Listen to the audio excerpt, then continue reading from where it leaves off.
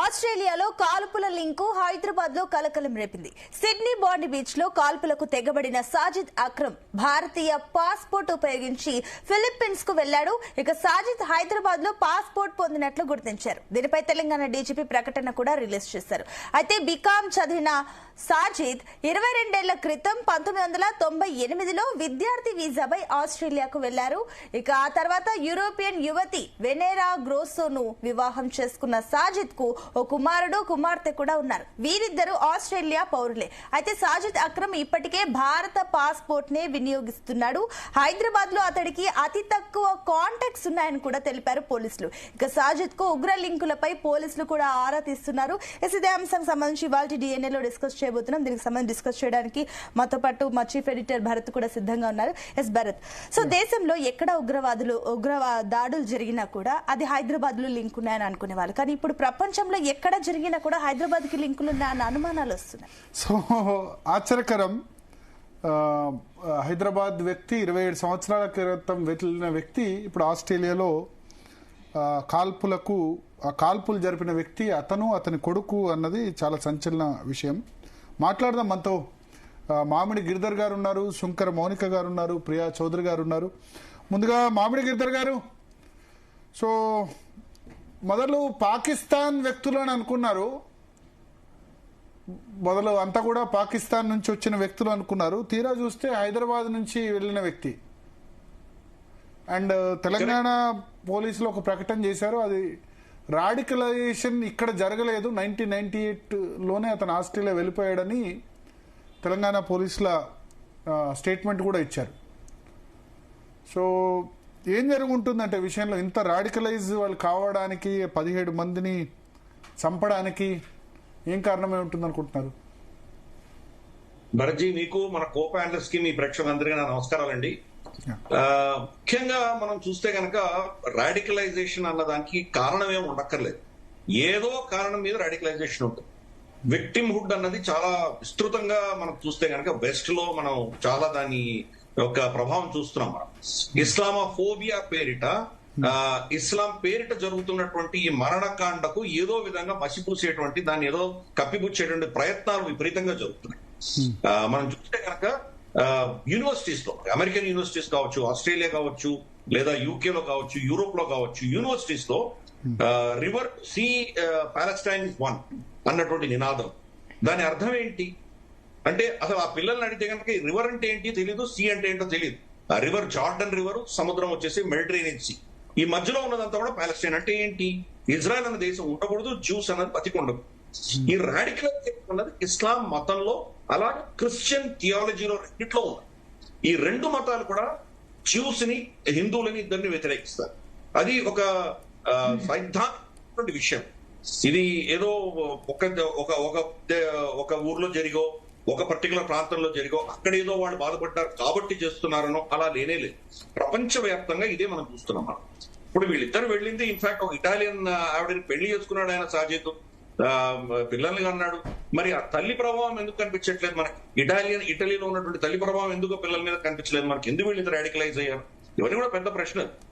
అలాగే హైదరాబాద్ లో రాడికలైజ్ అవ్వలేదు అంటున్నారు, కానీ ఒకవైపు చూస్తేనేమో MIM chief Asaduddin Owaisi statement చూసాం. సాజిద్ నాకు చాలా దగ్గర మనిషి, గతంలో చాలా నాకు అతనికి మంచి సంబంధాలు ఉండేవి, వెళ్ళిపోయాడు. సాజిద్ ఈ పని చేశాడంటే నేను నమ్మలేకుండా ఉన్నాను అని చెప్పి, నవీద్ గురించి ఏం చెప్తున్నాడంటే ఇతను మతిభ్రంశం చెందాడు అని చెప్తున్నాడు. అది సాజిద్ గురించి చెప్పలేదు, కానీ సాజిద్ చనిపోయాడు, డిఫెండ్ చేసుకోవడానికి లేడు ఆయన. నవీన్ సంబంధించేసి ఇతను ఒక మనసు చలనం చెందినటువంటి వ్యక్తి, ఇతను పిచ్చివాడు అన్నట్టు వర్ణిస్తున్నాడు అసదుద్దీన్ ఓవైసీ. అంటే ఏ ఘటన జరిగినా, ఇస్లామిక్ టెర్రరిస్టులు ఎక్కడ ఏం చేసినా ఇదేదో చిన్న విషయం కింద వాడు దాన్ని చూపించేటువంటి ప్రయత్నం చేస్తారు, లేదా వ్యక్తిగతమైన తప్పుగా చూపిస్తారు. ఆ వ్యక్తి రాడికలైజ్ అయ్యాడు, కానీ మాకు దీంతో ఇస్లాం తోటి ఏం సంబంధం లేదు, మనకు ఇది ఇస్లాం కు సంబంధించినటువంటి మత గ్రంథాల ప్రేరణ వల్ల చేస్తున్నారనో ఇటువంటివి ఏం చెప్పరు వాళ్ళు. సో అందుకని ఈ ప్రాబ్లం అక్కడ వస్తుంది. మనం యాక్చువల్గా ఖురాన్ లో చదివామంటే కనుక ఖురాన్ లో హదీసులు ఉన్నాయి, మనకు ఆయాత్స్ ఉన్నాయి. దాంట్లో చాలా స్పష్టంగా చెప్పబడింది, రాయి వెనకాల, చెట్టు వెనకాల దాచిపెట్టుకున్నటువంటి జ్యూస్ యహూదీలను ఆ రాయి చెట్టు నోరు విప్పి ముందర ఉన్నటువంటి ముస్లింలకు చెప్తాయంట, మా వెనకాల యోధుడు జ్యూ దాచుకొని ఉన్నాడు, మీరు వచ్చి వాళ్ళని చంపండి అని దాంట్లో రాస్తుంది. కాబట్టి చాలా స్పష్టంగా ప్రేరణ ఎక్కడి నుంచి వస్తుందో అర్థం చేసుకోవచ్చు. వాళ్ళకి ఇల్లాజికల్ హేట్రెడ్ ఉంటుంది జ్యూస్ మీద. ఎందుకంటే జ్యూస్ కన్వర్ట్ అవడానికి సిద్ధపడలేదు. చాలా మంది ఊచకోత కోచి ఫోర్స్ గా కన్వర్ట్ చేసినా కానీ చాలా పెద్ద సెక్షన్ వాళ్ళు కన్వర్ట్ అవడానికి సిద్ధపడలేదు, ఆ దేశాన్ని వదిలేసి వెళ్ళిపోయారు. కానీ వాళ్ళు మతాన్ని వదులుకోవడానికి సిద్ధంగా లేదు. అలాగే మనం చూస్తే క్రిస్టియన్ మతంలో కూడా మనకు హిట్లర్ జ్యూస్ ఏం చేశాడో మనకు తెలుసు. కానీ హిట్లర్ కంటే ముందరే ప్రతి యూరోపియన్ దేశంలో కూడా జ్యూస్ ని విపరీతంగా టార్చర్ చేశారు, వాళ్ళని చంపారు. ఆ దేశంలో చిన్న ఏదైనా మహమ్మారి వస్తేనో, కొలరా లాంటివి, టైఫాయిడ్ లాంటివి వస్తే కనుక జ్యూస్ అందరిని పట్టి కాల్ చేసేవారు. ఎందుకంటే కనుక వాటిలో చాలా డీప్ సీటెడ్ ఒక అండర్స్టాండింగ్, వాళ్ళ ఆలోచన ఏంటంటే ఈ యొక్క జ్యూస్ అందరూ జీసస్ క్రైస్ట్ సిలువకు కారణము, వీళ్ల వల్లే జీసస్ క్రైస్ట్ సిలువ వేయబడ్డాడు, కాబట్టి వీళ్ళు బతకడానికి వీలు లేదు అన్నట్టు ఆ మతంలో కూడా ఉంది. అందుకనే ఈరోజు చూస్తే మనం సరే ముస్లిం దేశాల్లో వ్యతిరేకత మనకు కనిపిస్తోంది, మరి క్రిస్టియన్ దేశంలో ఎందుకు మనకి వ్యతిరేకత కనిపిస్తోంది, ఇది అర్థం చేసుకోవాలి. ఈ రోజు సడన్ గా మనం చూస్తే కనుక లండన్, తర్వాత మన యూకే, తర్వాత మనకు ఫ్రాన్స్, కెనడా, ఆస్ట్రేలియా, ఇవన్నీ కూడా పాలస్టైన్ స్టేట్ ని రికగ్నైజ్ చేసి మన అక్టోబర్ లో రికగ్నైజ్ చేసి నెలన్నర క్రితం రికగ్నైజ్ చేసేవి. ఈ దేశాలన్నింటిలో కూడా రికగ్నైజ్ చేసినటువంటి పార్టీలన్నీ కూడా లెఫ్టిస్ట్ భావజాలం ఉన్నటువంటి పార్టీస్. మనకు కియర్ స్టార్మర్ కావచ్చు, మనకు మార్క్ కార్నీ కావచ్చు, లేదా ఇప్పుడు ఆంటోనీ అల్బనీజీ కావచ్చు, వీళ్ళందరూ కూడా left liberal, so called left liberal party నుంచి వచ్చిన వాళ్ళు. సో మనకు ఈ లెఫ్టిస్ట్ అన్నది వాళ్ళు ఈ సో కాల్డ్ రేషనలైజేషన్, తర్వాత ఒక ఏమంటారంటే ఒక డిఈఐ అంటారు, డైవర్సిటీ, ఈక్విటీ, ఇంక్లూజివ్నెస్ అన్నటువంటి ఆలోచనలతోటి వీళ్ళు దీన్ని నార్మలైజ్ చేసేటువంటి ప్రక్రియ చేస్తున్నారు. ఈ రోజు లండన్ కి మీరు వెళ్ళారంటే కనుక వాళ్ళ మౌల్వీలు కానీ, వాళ్ళ ప్రచారకులు కానీ, లండన్ గేట్ బ్రిడ్జ్ అంత ఐకానిక్ హిస్టారిక్ బ్రిడ్జ్, అక్కడ నిలబడి వాళ్ళు అజాన్ పలుకుతారు. కానీ ఒక క్రిస్టియన్ ఫాదర్ కనుక వీధిలో నిలబడి వాళ్ళు బైబిల్ చదివితే కనుక వాళ్ళని అరెస్ట్ చేస్తున్నాం. సో మనం అర్థం చేసుకోవచ్చు అక్కడ ఎలా రాడికలైజ్ అవుతున్నాయి సమాజం. అదే పరిస్థితి ఈ రోజు జర్మనీలో ఉంది, అదే పరిస్థితి ఈ రోజు ఆస్ట్రేలియాలో ఉంది. కాబట్టి ఈ దేశాలన్నీ సో కాల్డ్ లిబరలిజం పేరిట, ఇంక్లూజివ్నెస్ పేరిట ఇస్లామోఫోబియా అని ఒక ట్యాగ్ పెట్టి వీళ్ళని ఎవరిని కూడాను కంట్రోల్ చేసేటువంటి పని చేయలేకపోతున్నారు. ఇన్ఫాక్ట్ మనం చూసామంటే కనుక గ్రూమింగ్ గ్యాంగ్స్ అని చెప్పేసి మనకు యూకేలో చూసాం. అతి కిరాతకంగా తెల్ల జాతి పిల్లల్ని 11, 12, 13 ఏళ్ల పిల్లల్ని వాళ్ళందరూ గ్రూమింగ్ చేసి వాళ్ళతోటి లైంగికమైనటువంటి వేధింపులకు గురి చేసి సామూహికంగా బలాత్కారాలు చేసి ఇటువంటివన్నీ చేసినటువంటి వాళ్ళు పాకిస్తానీ గ్యాంగ్స్, అంటే పాకిస్తాన్ ఆరిజిన్ నుంచి వచ్చినటువంటి ముస్లిమ్స్. కానీ దాంట్లో ఒకడో అరో ఎవడో పాకిస్తాన్ కాకుండా ఏదో బంగ్లాదేశ్ నుంచో భారతదేశం నుంచి వెళ్ళిన వాడో ఉండొచ్చు. దాన్ని అందుకని వాళ్ళు ఏషియన్ గ్యాంగ్స్ అని పెడతారు, పాకిస్తాన్ గానీ ఇస్లాం గానీ పేరు పెట్టరు. పోలీస్ దాన్ని ఇన్వెస్టిగేట్ చేయడానికి భయపడుతున్నారు. ఆ పిల్లలు ఎంత నష్టపోయినా కానీ వాళ్ళకి దాంతో పట్టలేదు. పొలిటికల్ ఈక్వేషన్స్ వాళ్ళకి చాలా ఇంపార్టెంట్. అదే పరిస్థితి ఈ రోజు మనం ఇక్కడ కూడా చూస్తున్నాం, ఆస్ట్రేలియాలో కూడా చూస్తున్నాం. ఆస్ట్రేలియాలో October 7, 2023లో జరిగినటువంటి మనకు ఇజ్రాయెల్ మీద జరిగిన దాడి, 1200 మందిని వాళ్ళు ఉచకోత కోసి చిన్న చిన్న పిల్లల్ని మైక్రోవేవ్ లో పెట్టి తగలబెట్టి మహిళల్ని వాళ్ళ స్తనాలను కట్ చేసి వాళ్ళు ఏడుస్తుంటే వాళ్ళని రేప్ చేసినటువంటి కిరాతకం జరిగిన మరుసటి రోజు 8 అక్టోబర్ ఇదే సిడ్నీ హార్బర్ దగ్గర, సిడ్నీ మన ఒపెరా దగ్గర పాలస్తీన్ జెండా ఎగరేసుకుంటూ వాళ్ళు అందరూ ఎంజాయ్ చేశారు అక్కడ ఉన్నటువంటి ముస్లిమ్స్. మరి అప్పుడే వీళ్ళకి రాడికలైజేషన్ గురించి అర్థమై ఉండాలి. అటువంటి రాడికలైజ్ అయినటువంటి సమాజాన్ని మరి ఆ ప్రభుత్వం దాన్ని వెనకేసుకొచ్చి మళ్ళీ పాలస్తీన్ రికగ్నైజ్ చేయడంలో మనం అర్థం చేసుకోవచ్చు ఎంత వాళ్ళు ఎక్కడున్నారో, సత్యానికి ఎంత దూరంగా ఉన్నారో మనం అర్థం చేసుకోవచ్చు. పైపెచ్చు అక్కడ ఉన్నటువంటి ఈ యొక్క ఏదైతే రాడికలైజ్ అవుతున్నటువంటి వ్యక్తులు ఎవరైతే ఉన్నారో వాళ్ళ మీద నిఘా ఎందుకు పెట్టలేదు? రెండు చాలా కీలకంగా ప్రశ్నించవలసింది ఏంటంటే, మనకు ఆల్రెడీ October 7 అక్కడ జరిగింది, ఇజ్రాయెల్ లో జరిగింది మనకు 2023లో. తనూక్ అన్నది 8 రోజుల ఫెస్టివల్, వాడు 8 నుంచి 9 రోజుల ఫెస్టివల్ ఉంటుంది. ఎందుకంటే వాళ్ళ పంచాంగం ప్రకారం వేరే మనకు ఇంగ్లీష్ క్యాలెండర్ లాగా ఉండదు. అది అబౌట్ 8 to 9 days ఉంటుంది. నవంబర్ ఆఖరి వారం నుంచి డిసెంబర్ 2వ వారం వరకు మధ్యలో ఎప్పుడు రావచ్చు వాళ్ళ క్యాలెండర్ ప్రకారం. ఆ సెలబ్రేషన్స్ 8-9 రోజులు జరుగుతాయి. 8-9 రోజులు జరిగే సెలబ్రేషన్స్ కి వీళ్ళు నిజంగా దాంతో సెక్యూరిటీ ప్రొవైడ్ చేశారా? వాళ్ళ ఇంటెలిజెన్స్ ఏం చెప్తోంది? ఏమైనా అటాక్ జరగచ్చు అని వాళ్ళకి ఎందుకు అనుమానించలేదు? దానికి ఎందుకు సెక్యూరిటీ ప్రొవైడ్ చేయలేదు?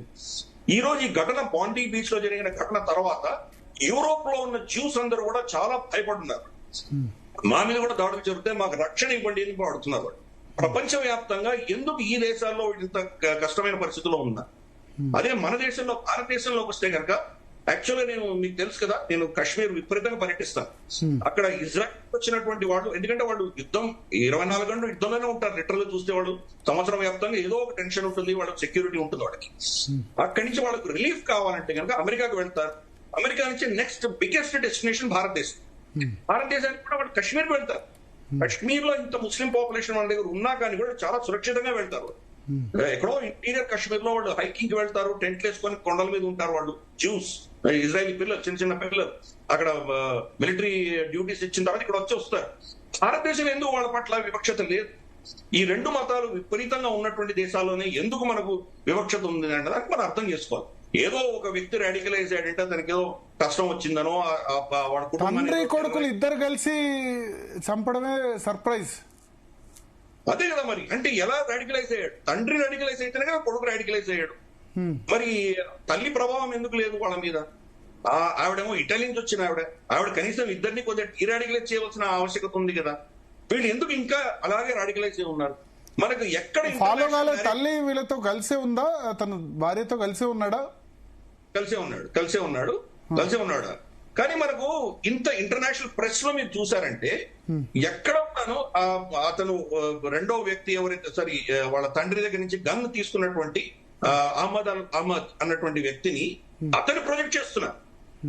వాళ్ళు ఏం చెప్తున్నారు? ఒక Muslim man saves hundreds by intervening అని చెప్పేసి అతనికి వచ్చేసరికి మతం చెప్తున్నారు. అదే చంపిన వాళ్ళ గురించి టెర్రరిస్ట్ అటాక్ ఆన్ బాండింగ్ ఇచ్చి చెప్తున్నారు. అంటే వీళ్ళు హిపోక్రసీ అర్థం చేసుకోవచ్చు మనం ఎలా ఉందో. సో విక్టిమ్ అయితే కనుక ముస్లిం పేరు చెప్తారు, అతను కనుక యాక్చువల్ గా దాని ఆ ఘటన చేసిన టెర్రరిస్ట్ అయితే ఆ మతం పేరు చెప్పరు. ఇంత హిపోక్రసీలో ఉన్నప్పుడు మీరు సత్యాన్నిగా మీరు స్వీకరించినప్పుడు ఈ ఇబ్బందులు తప్పకుండా వస్తాయి. అప్పుడు నేను కూడా ఒప్పుకుంటాను, ముస్లిం సమాజాన్ని మాత్రం మనం ఒకటే బ్రష్ తో సరే అది పక్కన పెడితే ఆ వ్యక్తి కాపాడడం కూడా గొప్పతనమే కదా. కాపాడిన వ్యక్తి కూడా తప్పకుండా ఎవరు కాదనట్లేదు దాని గురించి. ఇది ఒకటి చంపిన వాళ్ళు ముస్లింలు అని చెప్పాలి, కాపాడిన వ్యక్తి కూడా హ్యాట్స్ ఆఫ్. ఇటువంటి మంచి ముస్లింస్ ఉండడం, ఆ మతంలో ఉండడం కూడా ఒప్పుకోవాలి. ఎందుకంటే ఇప్పుడు ఆ రాడికలైజేషన్ ఆపాల్సింది కూడా ముస్లింస్. ఎందుకంటే చుట్టుపక్కల ఎక్కడ ఉన్న ముస్లిం పాపులేషన్ కలిపే ఉంటుంది, ఐసోలేటెడ్ గా ఉండదు. ఈ రాడికలైజేషన్ ఆపాల్సింది, వాళ్ళ మార్పు తీసుకురావాల్సింది కూడా ఒక అందరూ చెడ్డవాళ్ళని చెప్పలేం కానీ కొద్దిమంది మంచి వాళ్ళు ఉన్న ఆ చెడ్డవాళ్ళని ఆపితే గనక అట్లీస్ట్, అంటే ఇప్పుడు ఆయన డేర్ చేసి ఆపితే గనక ఇటువంటి ఇన్సిడెంట్ బహుశా రాడికలైజేషన్ దూరం చేయొచ్చేమో. కరెక్ట్. అందుకనే అదే ఆ విషయంలో చెప్తున్నాను నేను. ఒక సైడ్ ఏమో మీరు సేవ్ చేసినటువంటి రక్షించినటువంటి వ్యక్తిని మతం పేరిట చెప్తున్నారు, ఇస్లాంలో ఇంతటి గొప్పవాడు ఉన్నారని చెప్తున్నారు. కానీ యాక్చువల్ టెర్రరిస్ట్ ముస్లిం అని చెప్పడానికి ఎందుకు భయపడుతున్నారు? అక్కడ మనకి ఇబ్బంది వస్తుంది. ఈ హిపోక్రసీ అనేది, ద్వంద్వ వైఖరి అన్నది మనకు ప్రాబ్లం వస్తుంది. మనకు యాక్చువల్ గా చూస్తే కనుక ఇక్కడ ఉన్నటువంటి ఈ లెఫ్ట్ లిబరల్ ఎకో సిస్టమ్ అంతా కూడా అదే చేస్తాం. మన దేశంలో కూడా పహల్గామ్ ఘటన జరిగితే కనుక అండ్ ఈయన టెర్రరిస్ట్ అటాక్ అని చెప్తున్నారు. వేరే అక్కడ జరిగిన దానికి ఇస్లామిక్ అటాక్ అని చెప్తారు వాళ్ళు. సో ఇదంతా కూడా చూస్తే కనుక మనకు ఈ యొక్క ఎకో సిస్టమ్ అంతా కూడా వీళ్ళకి ఇద్దరు శత్రువులు ఉన్నారు. వాళ్ళిద్దరు ఎవరంటే కనుక జ్యూస్ అండ్ హిందూస్. ఈ రెండు సంస్కృతులు కూడా వీళ్ళ నుంచి చాలా కాలం తట్టుకోగలిగారు. ఎంతకాలం వీళ్ళు ప్రయత్నం చేసినా, రెండు మతాలు ట్రై చేసినా వీళ్ళు కన్వర్ట్ అవ్వలేదు. పైపెచ్చు జ్యూస్ అన్న వాళ్ళు 2000 సంవత్సరాల తర్వాత వాళ్ళకు ఒక దేశం వాళ్ళు ఏర్పరచుకోగలిగారు. మనకు వాళ్ళ చరిత్ర వింటే కనుక మనకు రోమాలు నిక్కబుడుచుకుంటాయి. వాళ్ళు 2000 సంవత్సరాలుగా ఇజ్రాయెల్ నుంచి బయటపడేశారు. వాళ్ళని ఎక్కడెక్కడో ప్రపంచవ్యాప్తంగా స్ప్రెడ్ అయ్యారు. ప్రతి సంవత్సరము మన ఉగాది లాగా వాళ్ళ న్యూ ఇయర్స్ డే ఉంటుంది, జ్యూస్ న్యూ ఇయర్స్ డే. ఆ రోజు వాళ్ళు అతి అంతా అయిపోయి ఎవరిళ్ళకి వాళ్ళు వెళ్లే ముందర ఒకరికొకరు చెప్పుకుంటారు, వచ్చే సంవత్సరం జెరూసలేంలో కలుద్దామని చెప్పుకుంటారు. అంటే 2000 సంవత్సరాలు, కొన్ని వందల తరాలుగా వాళ్ళ ఎక్కడి నుంచి వచ్చారు, వాళ్ళ ఉనికి ఏంటి, వాళ్ళ మాతృభూమి ఏది, వాళ్ళ సంస్కృతి ఏంటి వాళ్ళు మర్చిపోలేదు. 2000 సంవత్సరాల తర్వాత మళ్ళీ వాళ్ళకి ఇజ్రాయెల్ అన్న దేశం వచ్చింది వాళ్ళకి. కాబట్టి ఈ రెండు మతాల మీదే ఈ ఇద్దరు టార్గెట్స్, క్రిస్టియన్స్ టార్గెట్ కూడా, ఇస్లామిక్ ఆలోచన ఉన్నటువంటి వాళ్ళ టార్గెట్స్. తక్కువ మంది ఉన్నారా, ఎక్కువ మంది ఉన్నారా ఎవరు చెప్తారు? ఎవరు స్టాటిస్టిక్ చూడలేదు కదా. దాంట్లో ఎంతమంది రాడికలైజ్ అయ్యారు, ఎంతమంది రాడికలైజ్ అవ్వలేదు, ఇది చెప్పలేమా. ఈ రాడికలైజేషన్ మీరు అన్నట్లు ఆ మతంలోనే పుట్టారు. అందుకనే మనం చూస్తున్నాం ఇప్పుడు Mohammed bin Salman crown prince of Saudi Arabia, అతను డీరాడికలైజ్ చేస్తున్నాడు, స్త్రీల హక్కులు పెంచుతున్నాడు. లేటెస్ట్ గా మనకు వచ్చిన ఇన్ఫర్మేషన్ అంటే గనక 50,000 dirhams కంటే ఎక్కువ సంపాదిస్తున్నటువంటి నాన్ ముస్లిం ఎక్స్పాట్స్ కి ఇప్పుడు లిక్కర్ షాప్స్ ఓపెన్ చేశాడు, ఆల్కహాల్ అక్కడ ఆల్కహాల్ ఓపెన్ చేశాడు. ఇమాజిన్ కూడా చేయలేము, నేను అక్కడ పనిచేసి వచ్చిన వాడిని, ఇమాజిన్ కూడా చేయలేము. ఒక్క బాటిల్ దొరికిందంటే మిమ్మల్ని డిపోర్ట్ చేస్తారు. అటువంటిది అక్కడ మార్పు చూస్తున్నాం. స్త్రీలు డ్రైవ్ చేయగలుగుతున్నారు, హిజాబ్ లేకుండా, వాళ్ళ మెహరం లేకుండా వాళ్ళు వెళ్ళగలుగుతున్నారు బయటికి. పైపెచ్చి అక్కడ రామాయణ భారతాలు వాళ్ళ స్కూల్లో చెప్తున్నారు. అలాగే మనం చూస్తే కనుక వాళ్ళ మొత్తం వాళ్ళ పాఠ్య గ్రంథాల్లో కూడా ఇస్లామిక్ రాడికలైజ్ థాట్స్ ని తగ్గించారు, మోరల్ పోలీసింగ్ తగ్గించారు. సో మార్పులు వస్తున్నాయి, ఆ దేశాల్లోనే మార్పులు వస్తున్నాయి. Mohammed bin Salman, Mohammed bin Zayed వీళ్ళిద్దరు కూడా కలిసికట్టుగా వాళ్ళు ఈ డీరాడికలైజేషన్ అనేది ఒక ప్రయత్నం చేస్తున్నారు. కానీ ఇప్పటికి కూడా ఇంకా కొన్ని శక్తులు ఉన్నాయి, ఎస్పెషలీ భారత భూఖండంలో ఉన్నటువంటి దేశాలు, పాకిస్తాన్ కావచ్చు, ఆఫ్ఘనిస్తాన్ కావచ్చు, బంగ్లాదేశ్ కావచ్చు, ఇటువంటి దేశాలు ఇప్పుడు కూడా ఇంకా రాడికలైజేషన్ చాలా తీవ్ర స్థాయిలో ఉన్నది. దానికి పలుతున్నటువంటి ఖతార్ లాంటి దేశాలు కొన్ని ఉన్నాయి, వీళ్ళకి ఫండింగ్ ఇస్తున్నారు. కాబట్టి ఓవరాల్ చూస్తే కనుక రిఫార్మేషన్ అక్కడ జరుగుతోంది, బట్ సమయం పడుతుంది. బాగా రాడికలైజ్ అయిపోయినటువంటి ఈ భారత భూఖండంలో ఉన్న వాళ్ళే మేమే ఇస్లాం ఠేకేదారులను కూర్చున్న వాళ్ళతో మనకి ఇబ్బంది వస్తుంది. ఓకే, మౌనిక్ గారు నమస్తే. ఏమనిపిస్తోంది ఇది మొత్తం ఇన్సిడెంట్ చూసిన తర్వాత? ఇవాళ బయటకు వచ్చింది హైదరాబాద్ వ్యక్తి అని చెప్పి. హైదరాబాద్, పాకిస్తాన్, ఇవి ఒకప్పుడు నిజాం హైదరాబాద్ ని పాకిస్తాన్ లో కలపాలని అనుకున్నాడు. సర్దార్ వల్లభాయ్ పటేల్ వల్ల కలవలేకపోయింది. కానీ పాకిస్తాన్ లో కూడా హైదరాబాద్ ఉంది, ఇంకో హైదరాబాద్. అదే అంటే నిజాం విష బీజాలు వదిలేసిన విష బీజాలు ఏవైతే ఉన్నాయో అవి విషాన్నే వెదజల్లుతాయి, కానీ అవేం కొత్తగా సుగంధాన్ని వెదజల్లే అవకాశం లేదు. ఇది ఒక పాయింట్. ఇక్కడ టెర్రరిజం హ్యాస్ నో రిలీజన్ అండి, ఇది అందరు తెలుసుకోవాలి. ఎందుకంటే మనం ఇప్పుడు ఒక కవిత వినబోతున్నాం, ఆ కవితను అందరు అర్థం చేసుకోండి. Terrorism has no religion. ముస్లింలందరూ టెర్రరిస్టులు కాదు, కానీ టెర్రరిస్టులందరూ ముస్లింలే. ముస్లింలల్లా మంచి ముస్లింలు ఉంటారు, ముస్లింలల్లా చెడ్డ ముస్లింలు ఉంటారు.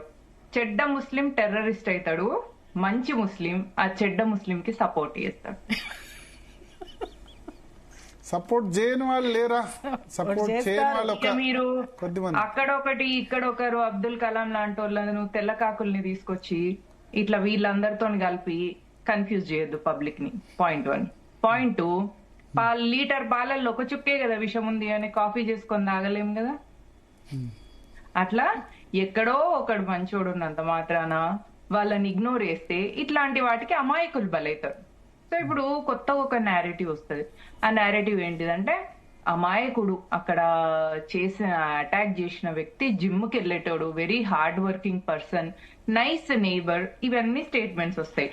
వచ్చిన తర్వాత మన భారతదేశంలో అయితే సూడో సెక్యులర్స్ ఏమని అంటారంటే security agency failure. Next, government కి దీని వల్ల ఏంటిది లాభము?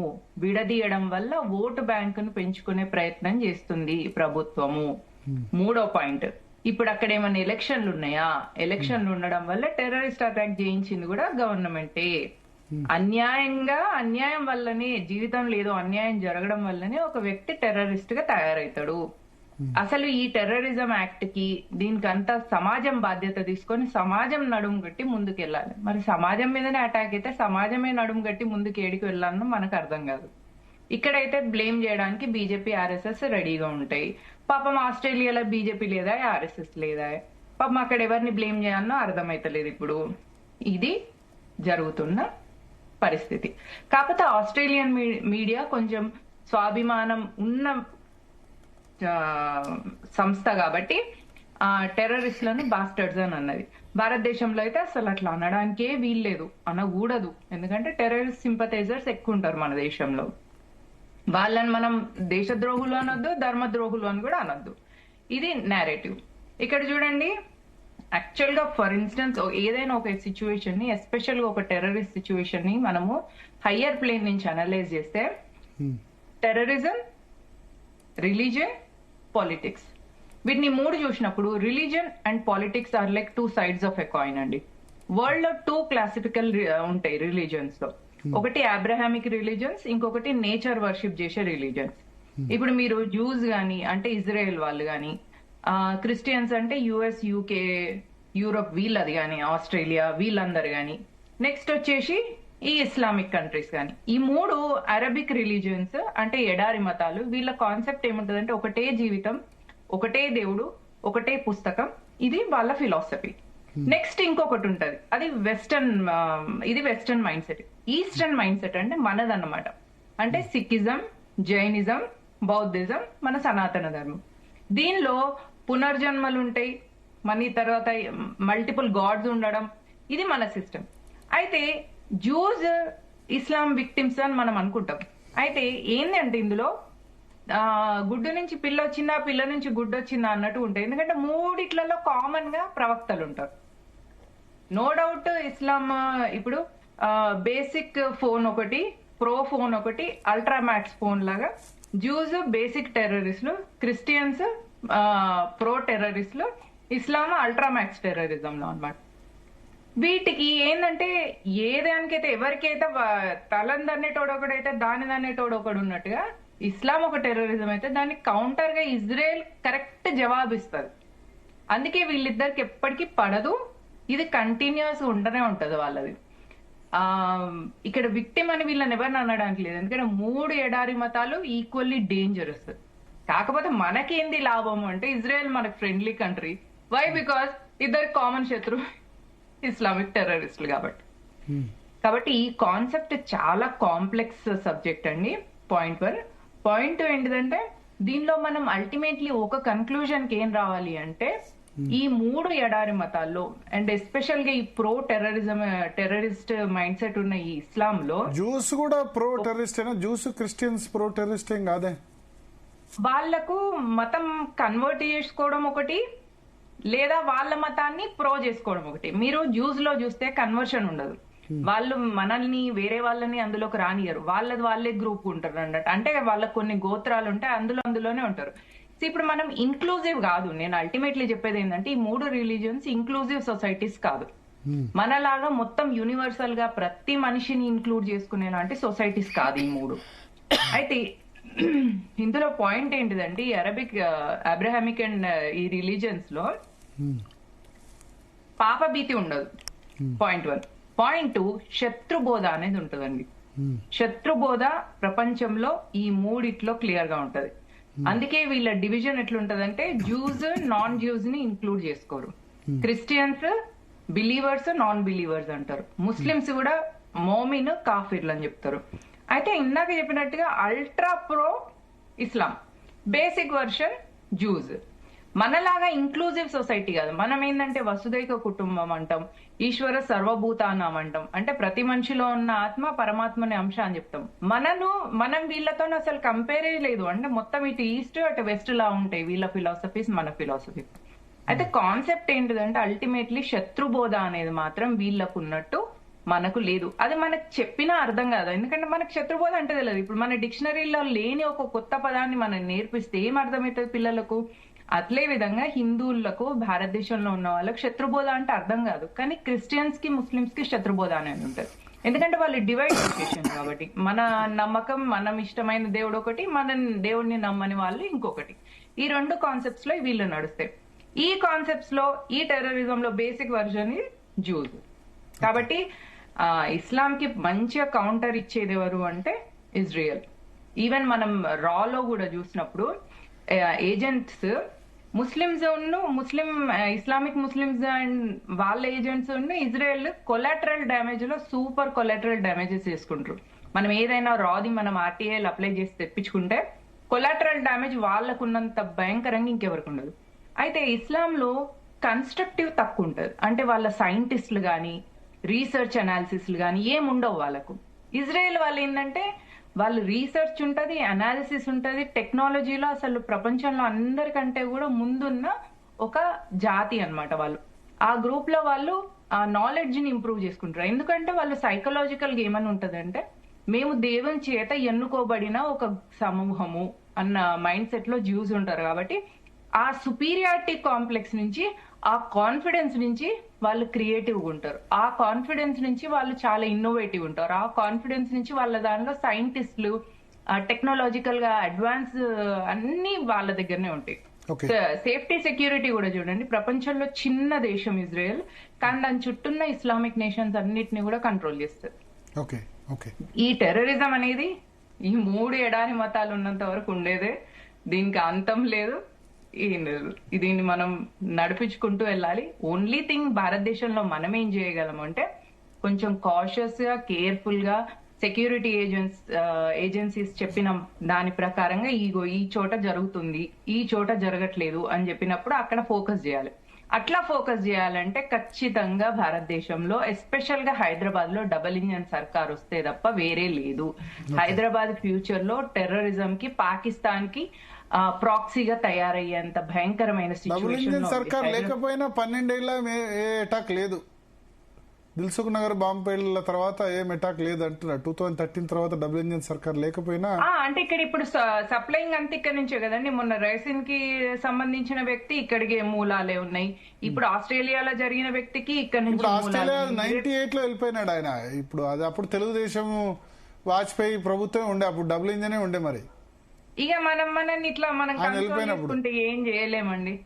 ఆయన వెళ్ళిపోయినప్పుడు డబుల్ ఇంజనే ఉండే. ఏమంటారు అంటే కన్సోలింగ్ అంటారు. ఇక మనల్ని మనము మభ్య పెట్టుకోవడం తప్ప ఏం లేదు. హైదరాబాద్ నెక్స్ట్ పాకిస్తాన్ కి జూనియర్ ప్రాక్సీ పాకిస్తాన్ గా తయారైతుంది. హైదరాబాద్ లో భారతీయ జనతా పార్టీ అధికారంలోకి రావాలి, యోగి లాంటి వ్యక్తి రావాలి. వస్తే తప్ప ప్రపంచానికే మనం మేలు చేసిన వాళ్ళం అవుతాం. హైదరాబాద్ ప్రజలందరినీ ఈ ఛానల్లో ఈ సమయం ద్వారా ఈ సందర్భంగా నేనేం కోరుకుంటున్నానంటే వచ్చే జిహెచ్ఎంసీ ఎలక్షన్ లో ఓన్లీ బీజేపీ ఓటేయండి. దయచేసి ప్రపంచాన్ని కాపాడండి, హైదరాబాద్ ని కాదు. ఎక్కడ టెర్రరిస్ట్ అటాక్ అయినా మూలాలు హైదరాబాద్ నుంచి ఉంటున్నాయి. మీరు మళ్ళీ ఓటుకు వచ్చేసారు దీనిలో కూడా. ప్రియా చౌదరి గారు, సీని మీరు ఇదివరకు క్రైమ్ జర్నలిస్ట్ గా కూడా ఉన్నారు. సో 98 లో వెళ్ళారట. క్రైమ్ బీట్ కూడా మీరు చూశారు. 98 లో వెళ్ళి పోలీసులు అయితే డీజీపీ ప్రకటన, ఇక్కడ హైదరాబాద్ లో రాడికలైజ్ మాత్రం కాలేదు. 6 సార్లు వచ్చారు హైదరాబాద్ కి, కేవలం ప్రాపర్టీ డిస్ప్యూట్ కి వచ్చారు. అంటే వాళ్ళ వెర్షన్ ఏంటంటే దీనికి హైదరాబాద్ కి ఏం సంబంధం లేదని చెప్పారు. ఇక్కడ ఒక విషయం కరెక్టే, మన వాళ్ళు హైదరాబాద్ కి దీనికి సంబంధం లేదన్నారు. అలాగే ఆస్ట్రేలియా గవర్నమెంట్ కూడా ఏ విధమైనటువంటి ఉగ్రవాద సంస్థకి సంబంధాలు ఉన్నాయని కూడా ఇంతవరకు ప్రకటించలేదు.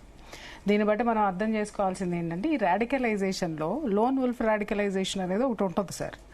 దానికి ఎవరో కూడా ఒక ఉగ్రవాద సంస్థతో కానీ లేకపోతే ఒకళ్ళు వీళ్ళని తయారు చేయడం కానీ ఉండదు. వీళ్ళంతటికి వీళ్ళే స్వయం ప్రతిపత్తిగా ఉగ్రవాదులుగా ఎదుగుతారు.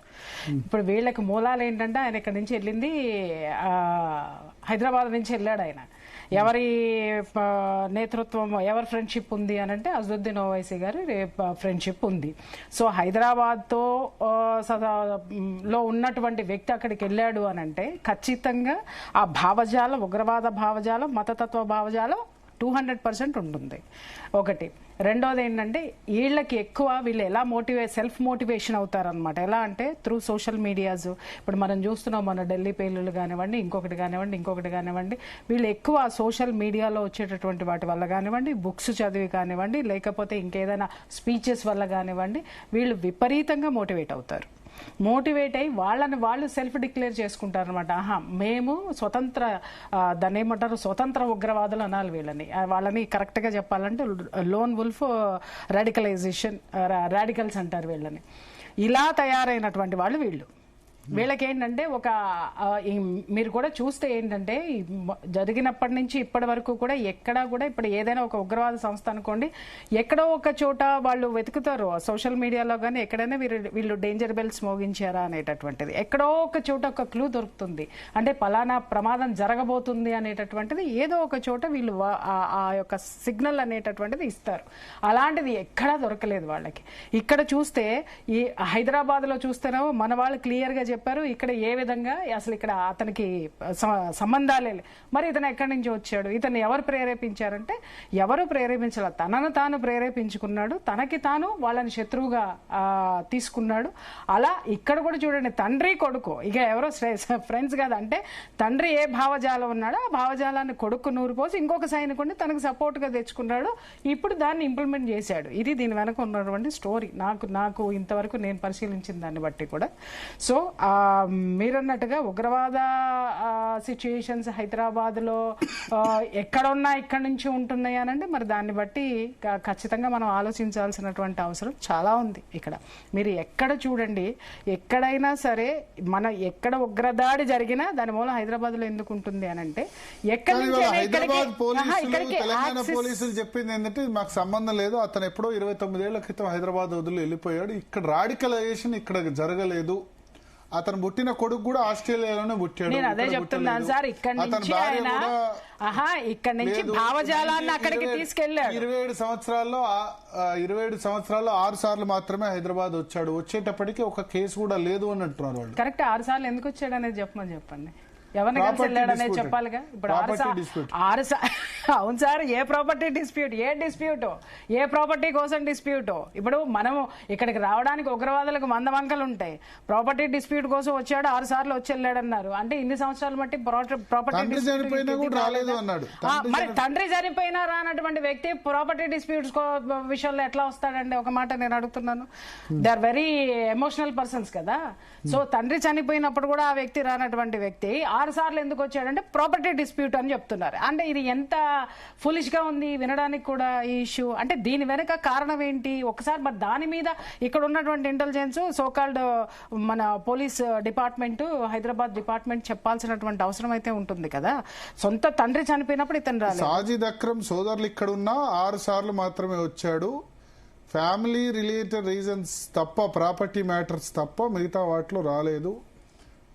తల్లిదండ్రులు కూడా సరిగ్గా చూడలేదు అని చెప్తున్నారు. తల్లిదండ్రులు చూడలేదు, ఆయన ప్రాపర్టీ దీంట్లో వచ్చాడు. తల్లిదండ్రులు అక్కడ లేని వాడికి ప్రాపర్టీ కావాల్సి వచ్చిందా? ఈ family members radical mind set ఉందని కూడా తెలియదు అని చెప్తున్నారు వాళ్ళు. అవును, అదే నేను ఇప్పుడు అదే చెప్తున్నాను కదా. ఇంకొక విషయం ఏంటంటే ఇక్కడ ఉన్నటువంటి మన అసదుద్దీన్ ఓవైసీ గారు ఆయనకి సర్టిఫికెట్ ఇచ్చారు ఏంటంటే అతను నాకు బాగా తెలుసు. మరి 6 సార్లు వచ్చినటువంటి వ్యక్తి బాగా ఎలా తెలిసింది చెప్పండి? 6 సార్లు వచ్చి ఇక్కడి నుంచి వచ్చి వెళ్ళారంటే 6 సార్లు ఖచ్చితంగా అసదుద్దీన్ ఓవైసీని కలిసి ఉండాలిగా. లేదంటే 24 సంవత్సరాల కిందట, 21 సంవత్సరాల కిందట ఆయన వెళ్ళిపోయాడు. 21 సంవత్సరాల కిందట ఆయన బాగా తెలిసిన వ్యక్తి చెప్పాలి కదా. తర్వాత కూడా బాగా మంచి వ్యక్తి, లేకపోతే తను చూసిన 21 సంవత్సరాల కిందట ఆస్ట్రేలియా వెళ్ళిపోయినటువంటి వ్యక్తి బాగా మంచి వ్యక్తి? ఈ తేడా ఉంది ఇక్కడ మాట్లాడడానికి, మనం ఇది చేయడానికి. అక్కడికి వెళ్ళిన తర్వాత అతను తయారయ్యాడా, ఇక్కడ తయారు చేసి పంపబడ్డా? ఇలాంటివి కూడా ఒకసారి ఆలోచించాల్సినటువంటి అవసరం అయితే ఉంటుంది. ఇక్కడ ఏంటంటే సార్ వీళ్ళకి ఈ ఉగ్రవాదం అనేటటువంటి వెర్షన్ ఇందాక తను అన్నట్టుగా ఉగ్రవాదులందరూ ముస్లింలు కాదు, ఏంటన్నారు ఉగ్రవాదులందరూ ముస్లింలు కాదు, బట్ కానీ ఉగ్రవాదులందరూ ముస్లింలే. మరి టెర్రరిస్టులందరూ మళ్ళీ ఆ విషయాన్ని అనకూడదు.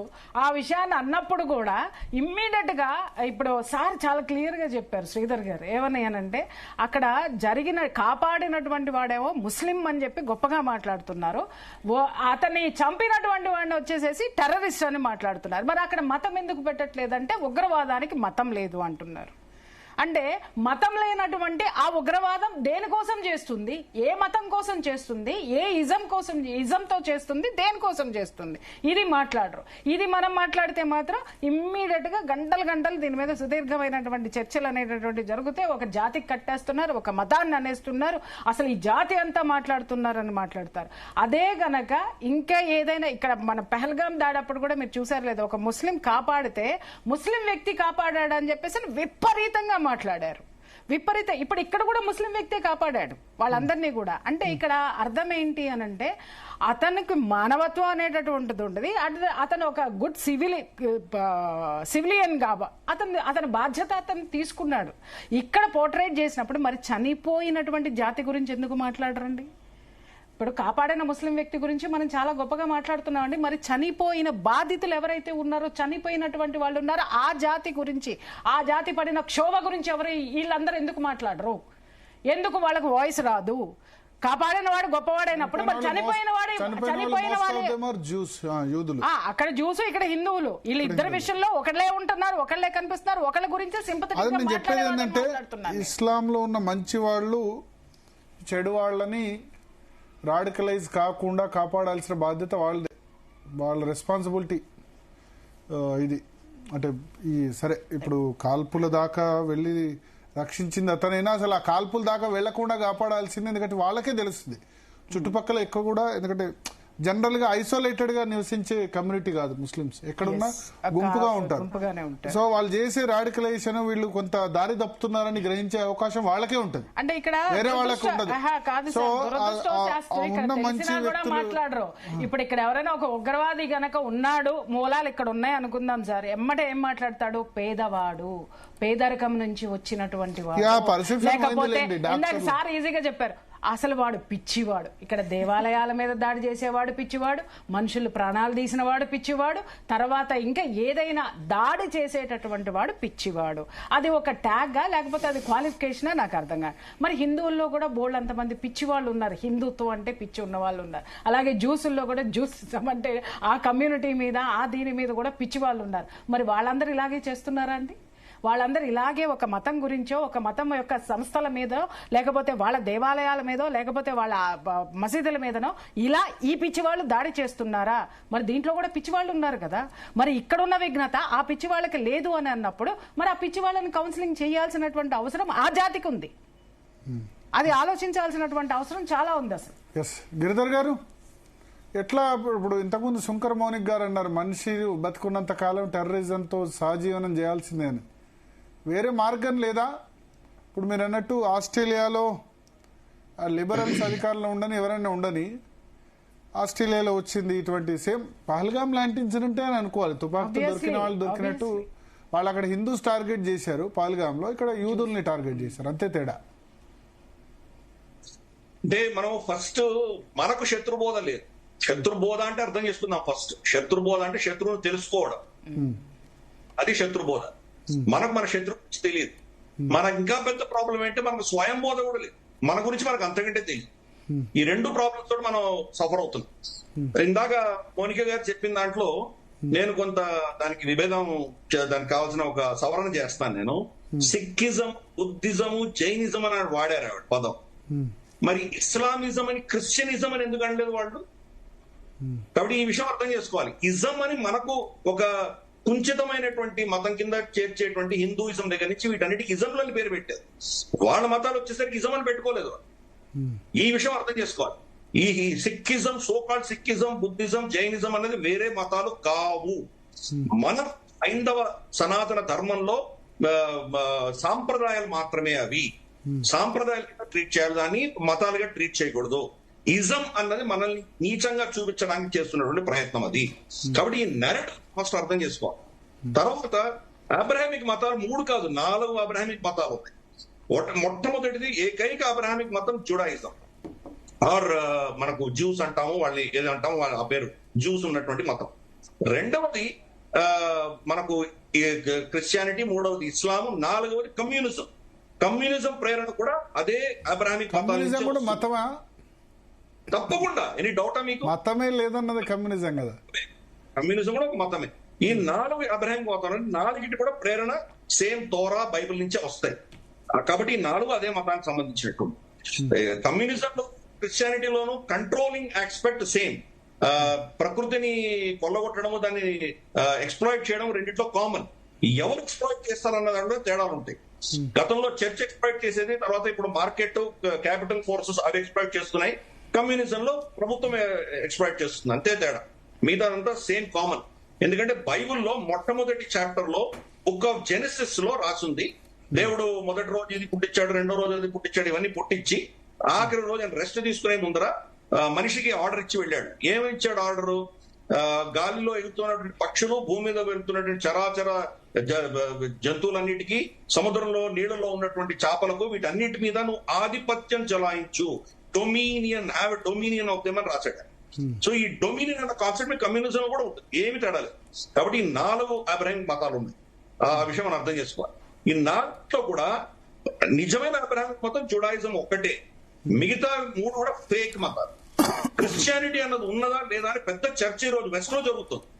జీసస్ క్రైస్ట్ అన్న వ్యక్తికి ఇప్పుడు ఈ రోజు మనం 16 డిసెంబర్ 2025లో ఉన్నాం. మనం ఈ యొక్క శకానికి మొట్టమొదటి రోజు వెళ్దాం. అంటే జనవరి 1, 0001 మొదటి రోజు, ఈ మొత్తం ఈ క్యాలెండర్ స్టార్ట్ అవడానికి మొదటి రోజుకి జీసస్ కి ఏమైనా సంబంధం ఉందా? మనం ఏమంటాం అనో డామినీ అంటాం, తర్వాత జీసస్ క్రైస్ట్ తర్వాత అంటున్నాం. అంతకంటే ముందు బిఫోర్ క్రైస్ట్ పీసీ అంటున్నాం మనం, అవునా? అంటే 0101 కి క్రైస్ట్ కి ఏదో సంబంధం ఉండాలి కదా, జీసస్ క్రైస్ట్ కి. మీకు తెలుసా ఏం సంబంధం అది? ఆయన పుట్టినరోజా, ఆయన సిలువ వేసిన రోజా, ఆయన మిషన్ స్టార్ట్ చేసిన రోజా? దీనికి పూర్తికి ఏమైనా సంబంధం ఉందా చెప్పండి? ఏమీ సంబంధం లేదు. ఆయన పుట్టేది వాళ్ళ ప్రకారమే. దీని తర్వాత 7వ సంవత్సరం 8వ సంవత్సరం 9వ సంవత్సరం పుట్టాడని వాళ్ళే చెప్తున్నారు. వాళ్ళకంటూ ఒక థియాలజీ లేదు. 200 AD లో క్రీడ్ ఆఫ్ నైసియా అని చెప్పి ఇటలీలో జరిగినటువంటి కాన్ఫరెన్స్ లో ఈ రోజు ఉన్నటువంటి క్రిస్టియన్ థియాలజీ తీసుకొచ్చారు. కాబట్టి వాళ్ళ చర్చ జరుగుతుంది. ఎక్కడా కూడా ఎవిడెన్స్ లేదు, జీసస్ క్రైస్ట్ ఉన్నటువంటి ఎవిడెన్స్ లేదు. జుడాయిజం ఒకటే ఉన్నది. అందుకని జ్యూస్ క్రిస్టియానిటీ ఎందుకు యాక్సెప్ట్ చేయలేదు, వాళ్ళు క్రిస్టియన్స్ కి ఎందుకు కన్వర్ట్ అవ్వలేదు వాళ్ళు? కాబట్టి ఇది అర్థం చేసుకోవాలి.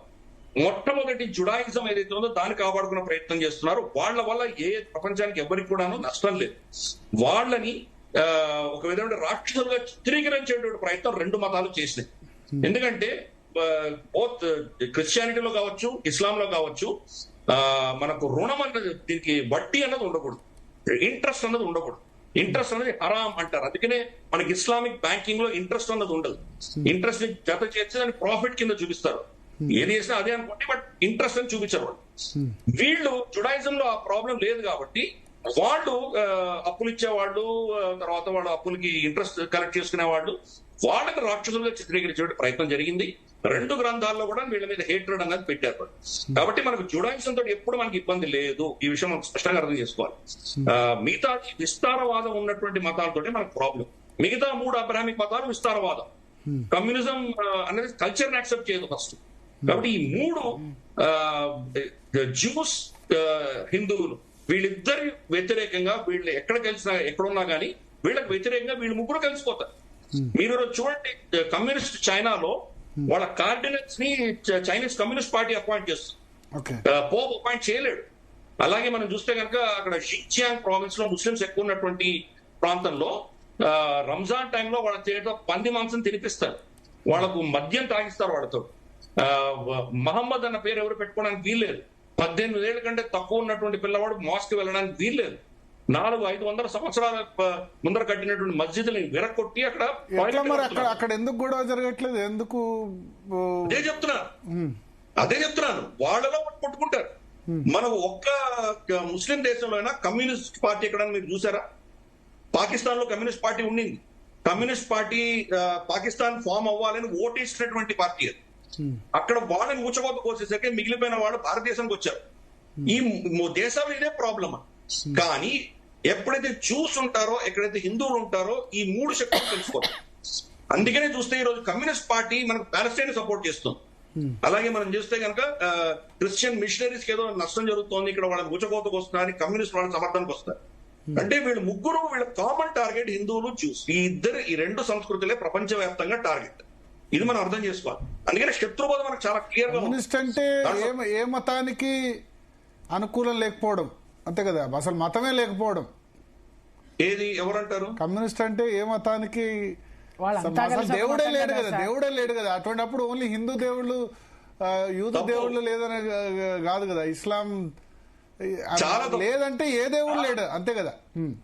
చాలా తప్పు. కమ్యూనిజం అన్నది ఒక విధమైనటువంటి అబ్రహామిక్ మతంలో ఉన్న కాన్సెప్ట్సే ఈశ్వర ఏతర, అంటే దేవుడు లేడు అన్నటువంటి కాన్సెప్ట్ లో దాన్నే వీళ్ళు ముందు నడిపిస్తారు. కానీ మన సాంప్రదాయంలో, మన భారతదేశ సాంప్రదాయంలో నాస్తికవాదం కూడా హైందవమే. దేవుడు లేడు అన్నది కూడా సాంప్రదాయమే. మనకు చార్వాకులు ఉన్నారు, ఆజీవకులు ఉన్నారు, నాస్తికులు ఉన్నారు, జైనులు ఉన్నారు. ఇటువంటి వాళ్ళందరూ కూడా మన వైదిక పద్ధతిని యాక్సెప్ట్ చేయకపోవచ్చు వాళ్ళు. కానీ వాళ్ళు హైందవంలో, సనాతన ధర్మంలో వాళ్ళని వివిధ సాంప్రదాయాల కింద గుర్తిస్తాం మనం. కమ్యూనిజం అలా కాదు. కమ్యూనిజం ఏంటంటే మీ సంస్కృతిని వాళ్ళు ఫస్ట్ టార్గెట్ చేస్తారు. క్రిస్టియన్స్, మనకు ముస్లింస్ ఎలా టార్గెట్ చేస్తారో వీళ్ళు కూడా అదే టార్గెట్ చేస్తారు. అందుకనే మీరు ఈ కమ్యూనిజం ఎక్కువ ఉన్నటువంటి మన పిల్లలు స్కూళ్లలో, మన కాలేజీలో మనం చూసామంటే మహిషాసుర్ షహాదత్ దివస్ వాళ్ళు చేస్తారు. మహిషాసురుణ్ణి ఒక బ్రాహ్మణికల్ దేవత ఒక దళితుడిని చంపింది అని చెప్పేసి అతని చనిపోయిన రోజు అని చెప్పి వాళ్ళు సెలబ్రేట్ దాన్ని పాటిస్తారు దాన్ని. అలాగే రాముడు ఒక పురుషాధిక్య వ్యక్తి, అతను ఆర్యుడు, మమ్మల్ని కోతులు అంటారా మీరు, మేము ద్రావిడము, మేము దక్షిణాది వాళ్ళము అని చెప్పి ఇటువంటి నేరేటివ్స్. మీ సంస్కృతిలో మీరు ఎవరిని హీరోగా భావిస్తారో వాళ్ళని విలన్ గా చిత్రీకరించడము, మీరు ఎవరు విలన్ గా అంటారో వాళ్ళని హీరోగా చిత్రించడం, ఇటువంటిది కమ్యూనిజం చేస్తుంది. కాబట్టి ఈ 3 మతాలు కూడాను సాంప్రదాయాన్ని, సంస్కృతిని ఎన్నో వేల సంవత్సరాలుగా వస్తున్నటువంటి ఈ 2 మతాలకి వ్యతిరేకంగా వాళ్ళు పనిచేస్తారు. పనిచేసినప్పుడు వాళ్ళు ముగ్గురు కలిసిపోతారు, కలిసిపోయే వాళ్ళు పనిచేస్తారు ఎక్కడ చూసినా. కాబట్టి ఈ విషయం మనం ఈ శత్రుబోధం క్లారిటీ ఉండాలి. రెండవది, ఇందాక మౌనిక గారు చెప్పిన దాంట్లో ఇంకొక విషయం ఏంటంటే వాళ్ళకు పాపభీతి లేదు అన్నారు. చాలా తప్పది. వాళ్ళకు పాపభీతితోటే అది నడుస్తుంది. ఎందుకంటే మీరు ఎస్టర్ ధనరాజ్ గారు రాసిన పుస్తకం మీరు చదవండి. ఆవిడ మనకు తెలుసు బ్రాహ్మణ కుటుంబంలో పుట్టి క్రిస్టియన్ కన్వర్ట్ అయింది ఆవిడ 11-12 ఏళ్లకి. తర్వాత 25 సంవత్సరాలు క్రిస్టియన్ గా ఉండి క్రిస్టియన్ థియాలజీ కాలేజ్ చదువుకొని వచ్చింది. వచ్చిన తర్వాత కన్వర్ట్ అయిన తర్వాత క్రిస్టియన్ థియాలజీ మొత్తం ఆవిడ ఎక్స్పోజ్ చేసి ఆవిడ రాసింది. మళ్ళీ ఆవిడ ధర్మానికి వచ్చేసింది. ఆవిడ కామాక్షి పేరుతో ఆవిడ వచ్చేసింది వెనక్కి. ఆవిడ థియరీ చూడండి. ఆవిడే కాదు, ఇటువంటి చాలా మంది కూడా చెప్పారు. ఆవిడ 25 సంవత్సరాలు నా పూర్వీకులందరూ నరకంలో అగ్నిలో కాలుతుంటారే వాళ్ళని ఎలా కాపాడాలి అన్న భయంతో ఆవిడ బతికింది. ఆ 2 మతాలు కూడా మీకు భయంతో వాళ్ళ దగ్గర ఉంచుకుంటారు. ఒకటి, మీరు స్వర్గానికి వెళ్తారు మా దగ్గర ఉంటే. 2, మీరు మా దగ్గర లేకపోతే నరకానికి వెళ్తారు. ఇది మనం కేరళ స్టోరీ సినిమాలో కూడా చూపిస్తారు. ఆ అమ్మాయిలు ఎందుకు కన్వర్ట్ అవుతారంటే అమ్మాయికి భయం అన్నటువంటి ఒక అస్త్రం వాడతారు వాళ్ళు మీ మీద. కాబట్టి ఆ మతాల్లో ఉన్నదే 2. ఒకటి, మీరు స్వర్గానికి వెళ్తే మీకు ఇవన్నీ వస్తాయి, మీకు మద్యం ఉంటుంది, ఇక్కడ తాగడానికి వీల్లేదు కానీ అక్కడ మద్యం నదులై పారుతూ ఉంటాయి, మీకు 72 మంది కన్యలు దొరుకుతారు, అలాగే మీకు ఎప్పుడు కూడా శాశ్వతంగా మీరు ఎంజాయ్ చేస్తూ ఉండొచ్చు. అది మీరు ముస్లిం కాలేదంటే కనుక మీరు నరకంలో మంటలో కాలుతూనే ఉంటారు. కాబట్టి వాళ్ళని కాపాడడానికి, మంటలో పడకుండా ఉండాలంటే నేను ముస్లిం అవ్వాలి, నేను ముస్లింగా ఉండాలి. ముస్లింగా ఉండాలంటే ఏం చేయాలి? వాళ్ళ 4-5 ప్రిన్సిపల్స్ ఏమున్నాయి అవి చేయాలి. అది దాంట్లో జిహాద్ కూడా ఉంది. కాబట్టి వాళ్ళ మతాన్ని ఫస్ట్ వాళ్ళ ఆలోచన దృక్పథాన్ని అర్థం చేసుకున్నప్పుడే ఇటువంటి ఘటనలు ఎందుకు జరుగుతున్నాయి మనం అర్థం చేసుకోవచ్చు. ఇంకొకటి ఆవిడ చెప్పినటువంటి ఒక అంశం ఏంటంటే మనకు ఇది చెప్పారు అండి, దీని వెనకాల రాడికలైజ్డ్ సిస్టమ్ ఉంటుంది. వీళ్ళిద్దరు కూడా తండ్రి కొడుకులు ఇద్దరు కూడా ఫిలిప్పైన్స్ కి వెళ్ళి వచ్చారని తెలుస్తుంది మనకి. నవంబర్ 1st కి వెళ్ళారు, నవంబర్ 28 దాకా అక్కడ ఫిలిప్పైన్స్ లో ఉన్నారు. ఫిలిప్పైన్స్ లో కూడా ఎక్కడ ఉన్నారు వాళ్ళు? మొంటియో అని చెప్పేసి వాళ్ళకి ఒక దీవి ఉంది, అక్కడ ముస్లిం మెజారిటీ ఉంటారు. ముస్లిం మెజారిటీ దీవిలో వాళ్ళు ఆల్మోస్ట్ 4 రోజులు ఉంటారు. వీళ్ళ బ్యాక్గ్రౌండ్, వాళ్ళ ట్రైనింగ్ అంతా కూడా అక్కడ మనకు ఐసిస్ ట్రైనింగ్ తీసుకున్నారో మనకు తెలుస్తుంది. సో రాడికలైజేషన్ అనే దానికి ఎవరో దాన్ని పంప్ చేస్తారు. వ్యక్తిగతంగా ఇంట్లో కూర్చొని రాడికలైజ్ అయ్యేవాళ్ళు ఆల్మోస్ట్ మనకు చాలా తక్కువ లేరని చెప్పాలి. ఏదో ఒక సంస్థ, ఏదో ఒక రాడికలైజేషన్ సిస్టమ్ వాళ్ళని రాడికలైజ్ చేస్తుంది. సరే, వాళ్ళు వ్యక్తిగతంగా దాంతో అనుసంధానం అయ్యామని చెప్పుకోకపోవచ్చు, కానీ దాని సిస్టమ్ లో భాగంగానే ఇవన్నీ జరుగుతాయి. ఇంత అద్భుతమైనటువంటి ఆస్ట్రేలియాలో ఉన్నటువంటి వ్యక్తులు కూడా అన్ని ఉండగా కూడా, అన్ని సదుపాయాలు ఉండగా కూడా వాళ్ళు ఎందుకు రాడికలైజ్ అయ్యారంటే కనుక వాళ్ళ మీద వర్క్ అయింది, ఎవరో చేశారు. అది ఎవరు చేశారు అనేది ఇన్వెస్టిగేషన్ లో తేలాల్సిన విషయం. అది ఐసిస్ అనేది ఇప్పుడు ప్రస్తుతానికి ప్రిలిమినరీ రిపోర్ట్ తెలుస్తోంది. తర్వాత ఫుల్ ఇన్వెస్టిగేషన్ అనేది ఏంటో మనకు తెలియదు, వచ్చిన తర్వాత చూద్దాం. కాబట్టి ఇవన్నీ కూడా ఏంటంటే మ్యాటర్ ఆఫ్ ఇన్వెస్టిగేషన్. దీంట్లో కూడా ఆస్ట్రేలియన్ ప్రభుత్వం యొక్క రెస్పాన్స్ చూసారంటే ఎంత తప్పుగా రెస్పాండ్ అవుతున్నారో చూడండి. ఇమ్మీడియట్ గా ఆంటోనీ అల్బనీసీ ఏం చెప్తున్నారంటే గన్ కల్చర్ ని తగ్గించడానికి గన్ కంట్రోల్ ఎక్కువ పెడతామంటారు. మీకు గౌహర్ కౌర్ అని చెప్పేసి ఒక మన లెఫ్టిస్ట్ రాడికలైజ్డ్ ఒక అమ్మాయి, జేఎన్యూ కి సంబంధించినటువంటి అమ్మాయి, మీకు గుర్తుండే ఉంటుంది, ప్లాక్ కార్డ్ పెట్టుకుని అప్పుడు ఆవిడ మనకు దీంట్లో ట్విట్టర్ లో, ఫేస్బుక్ లో ఆవిడ ఒక స్టేట్మెంట్ ఇచ్చింది. Pakistan did not kill my father. ఆవిడ తండ్రి పాకిస్తాన్ దీంతో టెర్రరిజం లో చనిపోయినటువంటి ఒక వీరుడు, మనకు బలిదానం ఇచ్చినటువంటి గొప్ప వ్యక్తి ఆయన కూతురు ఏం చెప్తోంది? Pakistan did not kill my father, bullets did అని చెప్తోంది. మరి ఇప్పుడు గన్ కల్చర్ లో మీరు గన్ను లాగినంత మాత్రాన్ని ఈ ఊచకోతలు ఆగిపోతాయా? గన్నుల వెనకాల ఉన్నటువంటి వ్యక్తులు ఎవరు, వాళ్ళ ఆలోచన దృక్పథం ఏంటి, దాన్ని మీరు హ్యాండిల్ చేయనంత వరకు గన్నులు మీరు ఎన్ని రెస్ట్రిక్షన్స్ పెట్టినా దానివల్ల ఏం లాభం లేదు. ఈ రోజు భారతదేశంలో వ్యక్తిగతంగా ఎవరు గన్నులు పెట్టుకోవడానికి వీల్లేదు, కానీ రైట్స్ అయితే కనుక గన్నులు బయటికి ఎలా వస్తున్నాయి? షహీన్ బాగ్ లో చూడండి గన్నులు ఎలా వచ్చాయి. లేదా మనకు శ్రీరాముల వారి మనం ఏదైనా కనుక యాత్ర తీసుకువెళ్తే రాడు రూతున్నారు, అక్కడి నుంచి కాక్టైల్స్ కొడుతున్నారు, గన్నులు షూట్ చేస్తున్నారు.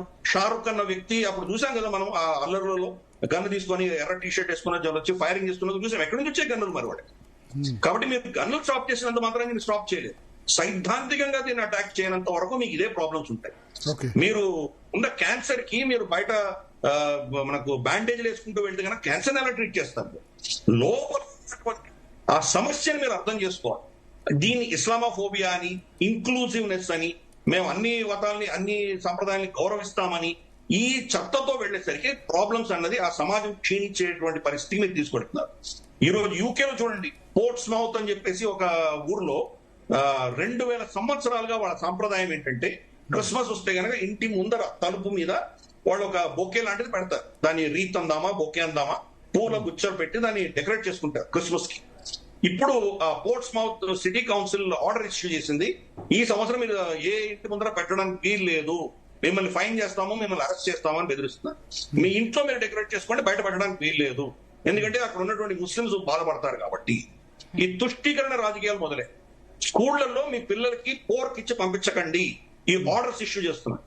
అంటే ఇంక్లూజివ్నెస్ పేరిట మీ సంస్కృతిని మీరు సర్వనాశనం చేసుకుని వాళ్ళకి ఉన్నటువంటి పైశాచికత్వాన్ని ముందుకు తీసుకెళ్తే గనక ఆ సమాజం బతుకుతుందా? కాబట్టి ఇది అర్థం చేసుకోవాలి. శత్రుబోధ అన్నది మనకు ఉండాలి. వాళ్ళ ప్రేరణ ఎక్కడి నుంచి వస్తోంది, వాళ్ళు సాఫ్ట్ గా మాట్లాడినా టెర్రరిజం చేసినా వాళ్ళ ప్రేరణ ఎక్కడ ఉన్నది అది అర్థం చేసుకోనంత వరకు దీనికి సమస్యకి పరిష్కారం రాదు. రెండవది స్వబోధం ఉంటారు. మనం కూడా శాంతి దూతలము, మేము ఎప్పుడు కూడాను 800 సంవత్సరాలు 900 సంవత్సరాల్లో ఏ దేశాన్ని కాంక్షించలేదు, మేము ఎక్కడ యుద్ధాలు చేయలేదు, ఇంకొకరి భూమిని మేము ఆక్రమించలేదు, అన్ని మతాలు ఒకటి, ఇటువంటి చెత్త అంతా కూడాను మనకు రీసెంట్ గా బ్రిటిష్ వాళ్ళు గాంధీ అన్నటువంటి ఒక వ్యక్తి చాలా శాంతి దూత అని ప్రొజెక్ట్ చేసి అశోక్ ద గ్రేట్, అశోకుడు ఎవడో అందరు మర్చిపోయారు. అశోకుడి వల్లనే మన దేశం ఇంత దరిద్రంలో ఉంది ఈరోజు. అటువంటి వాళ్ళని అందరూ రెసరెక్ట్ చేసి మనల్ని శక్తిహీనులుగా చేసినటువంటి బ్రిటిష్ యొక్క వాళ్ళ ఆలోచన దృక్పథం. 1857 యుద్ధం తర్వాత ఆర్మ్స్ యాక్ట్ తీసుకొచ్చి మన దగ్గర ఉన్న అస్త్రాలన్నీ తీసేశారు. దాంతో మనం క్షాత్రం మర్చిపోయాం. మనల్ని ప్రొటెక్ట్ చేసినటువంటి శక్తి పోయింది. ఈ రోజు అమెరికాలో సెకండ్ అమెండ్మెంట్ పేరిట ఎవరైనా ఆయుధాలు పెట్టుకోవచ్చు, మన దేశంలో పెట్టుకోవడానికి వీల్లేదు. దాని కండిషన్ ఏంటంటే కదా వైలెన్స్ ఓన్లీ గవర్నమెంట్ చేయాలి. కానీ గవర్నమెంట్ చేస్తోందా? హిందువులను ప్రొటెక్ట్ చేస్తోందా? చేయట్లేదు కదా. కాబట్టి వీళ్ళని రక్షించుకునేటువంటి వీళ్ళకు వెసులుబాటు ఉండి తీరాలి. కాబట్టి ఈ యొక్క ఇదంతా కూడా మనలో ఉన్నట్టు క్షాత్రం తీసేశారు. గత 2000 సంవత్సరాలు 3000 సంవత్సరాలుగా మన ఎన్ని మందిరాలు ఉన్నాయో, మనకు కిర్గిస్తాన్, కజాఖ్స్తాన్ నుంచి తీసుకొని బాలి దాకా, కాస్పియన్ సీ నుంచి తీసుకొని లావోస్ దాకా అఖండ భారతంలో ఒక్క దేవత గాని అమ్మవారు కానీ అస్త్రం లేకుండా మీరు చూపించగలరా? మన సాంప్రదాయంలో క్షాత్రం అన్నది అభిన్న భాగంగా ఉంటుంది. దాన్ని నాశనం చేశారు. అందుకనే ఈ రోజు మనం అంత వల్నరబుల్ గా ఉన్నాము. దాన్ని అర్థం చేసుకోవాలి. కాబట్టి ఈ శత్రుబోధ మనకు కావాలి, అలాగే మనకు స్వబోధ కూడా కావాలి. పృథ్వీరాజ్ చౌహాన్ శత్రువు శరణగోర్తి కానీ వాడిని క్షమించి వదిలేశాడు. క్షమించి వదిలేమని ఎవరైనా చెప్పారా మీకు? శ్రీకృష్ణుడు ఏం చేశాడు? రథచక్రం ఎత్తుతున్నటువంటి కర్ణుణ్ణి నిర్దాక్షిణ్యంగా చంపు అన్నాడు అర్జునుడు. వాడిని క్షమించి వదిలేయలేదా? వాడు మళ్ళీ రథం చక్రం ఎత్తిన తర్వాత రథంలో కూర్చుని నాకు యుద్ధం చేయని చెప్పలేదు ఆయన. శత్రువుని నిర్దాక్షిణ్యంగా చంపమన్నాడు. ఎందుకు మర్చిపోయాం? మనం స్వబోధ లేదు మనకి. కాబట్టి స్వబోధ లేదు, శత్రుబోధ లేదు. అందుకనే ఈ రోజు ఇటువంటి పరిస్థితుల్లో ఉన్నాం మనం. అది వెస్ట్ అదే ఫేస్ చేస్తాం. ఎంతో కాలం చెప్తున్నాం, వాళ్ళు చెప్పేటువంటి నేరేటివ్ పేదరికం వల్ల, చతురానితనం వల్ల రాడికలైజ్ అవుతున్నారు, టెర్రరిస్టులు అవుతున్నారు అని చెప్పేటువంటి పరిస్థితిలో ఈ రోజు ఐమన్ అల్ జవహరి ఒక డాక్టర్, ఈ రోజు సయీద్ అన్నటువంటి డాక్టర్, ఆవిడ స్త్రీ, ఆవిడ డాక్టర్, వీళ్ళు ఎందుకు రాడికలైజ్ అయ్యారు? మరి ఒసామా బిన్ లాదెన్ బిలియనర్, పెద్ద కంపెనీలు నడుపుతున్నాడు, మరి అతను ఎందుకు రాడికలైజ్ అయ్యాడు? కాబట్టి చదువుకి కానీ పేదరికానికి కానీ సంబంధం లేదు. ఆ గ్రంథంలో ఉన్నటువంటి మనకు ఆ గ్రంథం మనకు తెలియదు, కానీ ఆ గ్రంథాన్ని ఇంటర్ప్రిట్ చేస్తున్న వాళ్ళని సీరియస్ గా తీసుకోవాలి. వాళ్ళు ఏ సిద్ధాంత ప్రకారం ఇది చేస్తున్నారో వాళ్ళ యొక్క నేరేటివ్ అనేది మనకు చాలా క్రూషియల్. అందుకని పదే చెప్తున్నాను నేను, ఈ యొక్క శక్తులను ఎదుర్కోవాలంటే మనలో క్షాత్రం అంటే అందరూ కత్తులు పట్టుకుని తిరగమని నేను చెప్పట్లేదు. బౌద్ధికంగా కూడా మనం ఎక్కడైనా మాట్లాడదలుచుకున్నా, ఎవరితోనా కౌంటర్ చేయదలుచుకున్నా ఇవి తెలియాలి మనకి. వాళ్ళ గురించి మనకు తెలిసిన రోజు వాళ్ళని కౌంటర్ చేయొచ్చు, వాళ్ళ గ్రంథాల నుంచే మనం కౌంటర్ చేయొచ్చు. అలాగే మనలో ఉన్నటువంటి శక్తిని మళ్ళీ మనం జీవించి దాన్ని మళ్ళీ పైకి తీసుకురావాల్సిన ఆవశ్యకత మనలో ఉంది. మనలో సింహావలోకనం వచ్చినప్పుడు మనం వీళ్ళని ఎదుర్కొనేటువంటి శక్తి మనలో వస్తుంది. అందుకనే లాస్ట్ గా నేను చెప్పేది ఏంటంటే మనకి రెండు అవసరం, స్వబోధ అవసరము, శత్రుబోధ అవసరం. ఉంటేనే గానీ మనం ఇటువంటి ఆసురీ శక్తుల్ని మనం ఎదుర్కోలేము, దాన్ని కౌంటర్ చేయలేము. యా మౌనిక్ గారు క్లోజ్ చేద్దాం. మౌనిక్ గారు, ప్రియా చౌదరి గారు, 2-3 minutes. సో ఒకటి నేను చెప్పండి. ప్లీజ్ చెప్పండి, మీరే చెప్తాను. ఎస్, నేను 3 points లో ఈ వెస్టర్న్ ఫిలాసఫీ ఇండియన్ ఫిలాసఫీకి డిఫరెన్స్, వాళ్ళ ద్వారా ఎందుకంత వాళ్ళున్న చోట మారణ హోమం ఆ సిద్ధాంతం వల్ల ఉండడం వల్ల జరుగుతుంది, మన దగ్గర టాలరెన్స్ ఉండడం వల్ల మన దగ్గర తక్కువ మారణ హోమాలు జరుగుతుంటాయి. ఈ కాన్సెప్ట్ లో యూదులు, ఈ జ్యూస్, ఇజ్రాయెల్ వాళ్ళు మత మార్పిడిలు చేయరండి. అదే దీని నుంచే పుట్టిన మతం క్రిస్టియానిటీ ఉంది కదా, అది మత మార్పిడి చేయడంలో ఉంటది. మళ్ళీ దానిలోంచి ప్రో వర్షన్ పుట్టింది, అది ఇస్లాం. అది కూడా భయంకరంగా మత మార్పిడి చేస్తే కత్తి పదును మీద. దీనిలో యాడెడ్ ఏముంటది అంటే టెర్రరిజం అనేది ఓపెన్ గా చేస్తుంటారు, వాళ్ళు కూడా చేస్తారు, కానీ అది లోపల జరుగుతుంది. మనం బ్రిటిష్ క్రిస్టియన్స్ కూడా భారతదేశంలో ఆర్టిఫిషియల్ ఫెమైన్ క్రియేట్ చేసి జలియన్ వాలాబాగ్ లాంటి ప్రతి చోట చేసిండ్రు. ఇక నిజాంలు ఉన్న టైంలలో జలియన్ వాలాబాగ్లు ఇక్కడ కూడా జరిగినాయి. కాబట్టి వీళ్లకు టెర్రరిజం అనేది ఈ అబ్రహామిక్ రిలీజియన్స్ లో కామన్, స్టాండర్డ్, అండ్ అది ఇట్స్ అ మస్ట్. ఎందుకంటే వాళ్ళకి పాపభీతి ఉండదు.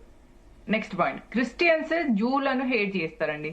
నేను యుఎస్ లో ఉన్నప్పుడు ఒక చర్చ్ కి పిల్లల్ని ఆడిపించడానికి ఒక ప్లేస్ ఉంటది, ప్లే స్కూల్ లాగా, బాబుని తీసుకెళ్లేదాన్ని నేను. అక్కడ ప్రతి చోట కూడా kill juice wherever you find them, kill juice wherever you find them అంటే, ఫస్ట్ ఆఫ్ ఆల్ నాకు అసలు మతాల గురించి తెలియని ఆ టైంలో నేను అది చూసారే, క్రిస్టియానిటీ అంటే కరుణ, ప్రేమ అని ఇట్లా చెప్తారు కదా, మన భారతదేశంలో మనం చిన్నప్పటి నుంచి విన్నది ఇది కదా, నేను క్రిస్టియన్ స్కూల్లో చదువుకున్నా కదా, ఏంది వీళ్ళు ఇట్లా రాసిండ్రు అని అనేసి అప్పుడు నేను ఈ మతాల గురించి తెలుసుకోవడం మొదలు పెడితే, అమ్మో 3 భయంకరమైన మతాలు అన్న విషయం అర్థమైంది. అందుకే చూడండి, క్రిస్టియన్ హిట్లర్ జ్యూస్ ని 6 లక్షల మంది జ్యూస్ ని చాంబర్లు వేసేసి కాలబెట్టింది. ఇక ఇస్లాం టెర్రరిజం గురించి మనం చెప్పక్కర్లేదు. Islam is equal to terrorism, terrorism is equal to Islam. Islamic country Pakistan, Pakistan is nothing but terrorist nation. మనం వీటి నుంచి తెలుసుకోవాల్సింది ఏంటంటే, ఈ మతాలకు మనము శత్రువులము, కాబట్టి మనం శత్రు బోధను ముందు నేర్చుకోవాలి. శత్రువులని అవి చెప్పారా, వీళ్ళు ఇంటర్ప్రిట్ చేస్తున్నారా? కమగేనండి, మామిడి గిరిధర్ గారు అన్నట్టు శత్రువులని నిజంగా మత గ్రంథాలు చెప్పాయా, ఇంటర్ప్రిటేషన్ లో తప్పుందా? ఎగ్జాక్ట్లీ, నేను ఇప్పుడే చెప్తాండి. ఇదే ఈ మూమెంట్ లోనే మీరు క్లారిఫై చేస్తా. మనకి ఎప్పుడైనా మనం మతానికి శత్రువులు ఎవరైనా ఉన్నారో అని చెప్తామా? మనము చెప్పాం. హిందూయిజంలో నేను ఇందాక చెప్పిన 4లో హిందూయిజం పుట్టినప్పుడు ఏ మతం పుట్టలేదు, అప్పుడు వేరే మతం అన్నది లేదు కదా. ఇజ్రాయెల్ ని ఎవరిని ఇంక్లూడ్ చేసుకోదు. అదే ఇప్పుడు ప్రతి మతానికి ఒక బర్త్ డేట్ ఉంది. ఇప్పుడు ఇస్లాము 7వ శతాబ్దంలో పుట్టింది, క్రిస్టియానిటీ క్రీస్తు శకం, క్రీస్తు పూర్వం, బుద్ధిజం, జైనిజం, అది హిందూ మతం ఉన్నప్పుడు వేరే మతం ఏది లేదు. హిందూ మతం డేట్ ఆఫ్ బర్త్ ఎప్పుడు పుట్టింది, అందుకనే మతం కాదు సనాతన ధర్మం, జీవన దీని పేరు కూడా పేరు ఎవరు పెట్టలేదు, హిందూ మతం అని లేదు, అంత ఆది లేదు, అంత మతం లేదు కదా అంటారు, అప్పుడు వేరే మతమే లేదు కదా. లిసన్, క్లాస్ లో ఇప్పుడు కాలేజ్ ఉంది అనుకోండి, కాలేజ్ లో ఫస్ట్ ఇయర్ లో ఒక ఫస్ట్ బ్యాచ్ ఉంటది, అప్పుడు వాళ్ళకి సీనియర్లు ఉండరు, కానీ నెక్స్ట్ వచ్చిన వాళ్ళకు సీనియర్ జూనియర్స్ సనాతన ధర్మానికి డేట్ ఆఫ్ బర్త్ లేదు, ఎప్పుడు పుట్టింది సనాతన ధర్మం ఇప్పుడు ఒక కాలేజ్ లో వచ్చిన ఫస్ట్ బ్యాచ్ అన్నమాట. సో ఫస్ట్ బ్యాచ్ కాబట్టి మనం సీనియర్స్ ఎప్పటికి, వీళ్ళందరికి మనం బాప్, నో డౌట్. కానీ ఇక్కడ తెలుసుకోవాల్సింది ఏంటంటే, ఈ బాపు చాలా ఎడ్డిమోహం లెక్కున్నారు, ఈ బేటా ఎవరైతే ఉన్నారో వీళ్ళందరికీ మనం అంటే ద్వేషం ఉన్నది. ఆ విషయాన్ని మనం గుర్తుపెట్టుకోవాలి. కాబట్టి ఈ వెస్టర్న్ కంట్రీస్ లో ఈ శత్రుబోధ, ఈ వైలెన్స్ అనేవి కామన్ గా ఉంటాయి కాబట్టి అక్కడ బాగా హాలోకాస్ట్లు జరుగుతాయి. అవి భారతదేశంలో తక్కువ జరుగుతాయి. వీళ్ళు వచ్చి మన మీద చేసినే తప్ప మనం కొట్టుకునేది ఉండదు. వీళ్ళు అట్లా కాదు, వాళ్ళే ముసలం వచ్చి కొట్టుకుంటారు. అంటే ఇప్పుడు మనం క్రిస్టియన్స్ లో కూడా చూసినట్టయితే క్యాథలిక్స్ కి, ప్రొటెస్టెంట్స్ కి పడదు. ముస్లింలో చూసినాం అనుకోండి, ఈ షియా ముస్లింలకు, సున్నీ ముస్లింలకు పడదు. కానీ మన దగ్గర అట్లా కాదు. మనం మామూలుగా ఎల్కేజీ యూకేజీ పిల్లల లెక్క నీ కులం తక్కువ, నా కులం గొప్ప, నీ ప్రాంతం తక్కువది, నా ప్రాంతం గొప్పది, నీ భాష తక్కువది, నా భాష గొప్పది అని ఇట్లా చిన్న పిల్లల్లాగా కుల ప్రాంత భాష ఆధారంగా మనం కొట్టుకుంటాం. కానీ చంపుకోము. ఒక కులంలో పుట్టినోడు స్వర్గానికి పోతాడు, మిగతా కులపోలు నరకానికి పోతాడని ఏ కులమోడు కూడా అన్నాడు. కాబట్టి మన దేశంలో, మన సంస్కృతిలో, మన ఇందాక చెప్పినట్టు జైనంలో గాని, సిక్కిజంలో గాని, బుద్ధిజంలో గాని ఎక్కడ కూడా మనకు ఆ సిద్ధాంతం అనేది ఉండదు. ఒకరిని తక్కువ చేయడం గాని, మనం స్వర్గానికి పోతాం, మిగతా నరకానికి పోతారు అనే కాన్సెప్ట్ ఉండదు. కానీ ఈ 3 ఎడారి మతాలకు ఉంటది. ఓకే. కాబట్టి వీటిలో ఎక్స్ప్లాయిటేషన్ ఉంటది కాబట్టి మెయిన్ గా ఈ ఎక్స్ప్లాయిటేషన్ ఈ ఎడారి మతాల్లో అబ్రహామిక్ మతాల్లో ఉమెన్ ఎక్స్ప్లాయిటేషన్ బాగా జరుగుతుంది.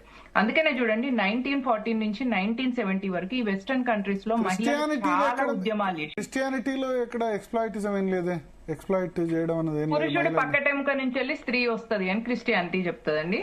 అవునా? హిందూ ధర్మం ఏం చెప్తుంది? జగన్మాత జగజ్జనని స్త్రీ నుంచి వెళ్ళే పురుషుడు పుట్టిండు అని చెప్తుంది. అంటే ఈ సృష్టికి ఆధారం మహిళ అని హిందూ ధర్మం చెప్తుంది. అదే విషయాన్ని జైన మతం ఒప్పుకుంటది, సిక్కు మతం ఒప్పుకుంటది, బౌద్ధ మతం ఒప్పుకుంటది. కానీ ఇస్లాంలో, క్రిస్టియానిటీలో, ఈ జూయిజంలో మూడిట్లో చూడండి, ఈ ఇజ్రాయెల్ ఈ 3 మతాలలో పురుషుడికి పక్కటెముకనట బయటికి తీస్తే ఆ ఎముక నుంచి వెళ్ళి స్త్రీ పుట్టిందట. కాబట్టి కోర్ రిలీజియన్ బేసిక్ ఫండమెంటల్ చాలా భయంకరంగా ఉంటాయి వీటిలలో. అందుకనే ఈ దేశాలలో ఈ మతాలు బాగా ప్రాచుర్యంలో ఉన్న టైంలో మహిళలు మీరు చూడండి 1940 నుంచి 1970 వరకు చాలా వరకు మహిళలు ఉద్యమాలు చేసిండ్రు. వాళ్ళకి అసలు అప్పుడు ఓటు హక్కు కూడా ఉండేది కాదు, ఆ బ్యాంక్ అకౌంట్ ఓపెన్ చేసుకునే రైట్ కూడా ఉండేది కాదు అక్కడ మహిళలకు. అది భారతదేశంలో చూడండి 1947 లో స్వతంత్రం వచ్చిన వెంటనే అంబేద్కర్ గారిని అడిగిండట, ఇక్కడేం మహిళలు అడుగుతలేరు కదా ఓటు హక్కు కావాలని, మీరెందుకు వాళ్లకు స్వతహాగా డైరెక్ట్ గా ఇచ్చేస్తున్నారు ఈక్వల్ రైట్స్ అంటే, ఈ దేశం స్త్రీ ఆరాధన దేశం, అంటే ఈ మతం మొత్తం స్త్రీలను ఆరాధిస్తాం, మేము ప్రకృతిని ఆరాధిస్తాం, కాబట్టి మేము డిఫాల్ట్ గా వాళ్ళకి ఇస్తాము అని అంబేద్కర్ గారు చెప్పిండ్రు Britishers. So I conclude saying that ఆ మతాలు అంత నీచంగా దౌర్భాగ్య స్థితిలో ఉండడానికి కారణం స్త్రీ ఆరాధన. అంటే మనం అట్లా అనకూడదేమో వర్డ్ నీచము దౌర్భాగ్యం అట్లా ఆ మతాలకు సంబంధించి. నేను అట్లే అంటానండి. I differ with you. ఎందుకంటే నేను ఒక మాట బయటకు అన్నాక దాన్ని వెనక్కి తీసుకోవడం అనేది లేదు. ఓకే ఓకే, అంటే ఐ డిఫర్ విత్ యూ. ఎందుకంటే సరే ఎవరి మతం ఎవరి నమ్మకం వాళ్ళది, ఎవరి మతం ఎవరి నమ్మకం వాళ్ళది. No, you are entitled to your opinions and I respect it because I'm a Hindu. Because Hindu మతం కూడా ఏంటంటే ఏమనుకుంటారు, అన్ని మతాలు ఈ మతం నుంచే పుట్టాయని అనుకుంటుంది కదా, కాబట్టి టాలరేట్. అదే అండి, నేను మీ ఒపీనియన్ ని టాలరేట్ చేస్తాను. మీరు నా ఒపీనియన్ కి అగేన్స్ట్ వెళ్ళినందుకు మీ మీద నేను ఫత్వా release okay okay okay, because I'm a Hindu. Priya Chaudhary ఒక విషయం క్లియర్ గా చెప్పి నేను కన్క్లూడ్ చేస్తా. శ్రీధర్ సార్ ఒక మాట అన్నారు, గిరిధర్ సార్ ఒక మాట అన్నారు, ఏంటంటే ఆ మత గ్రంథాలు ఏవైతే ఉన్నాయో వాటి నుంచి వాళ్ళు ఉద్బోధ చేసినటువంటి విషయాల నుంచి ఉగ్రవాదం అనేది పుడుతుందని. దీనికి నేను 200% ఓటేస్తా. ఎలా అంటే మీకు గుర్తుందో లేదో 26/11 గుర్తుందా అండి, బాంబే అటాక్. కసాబ్ అనేటటువంటి వాడు ఎవరు మర్చిపోయినటువంటి వ్యక్తి.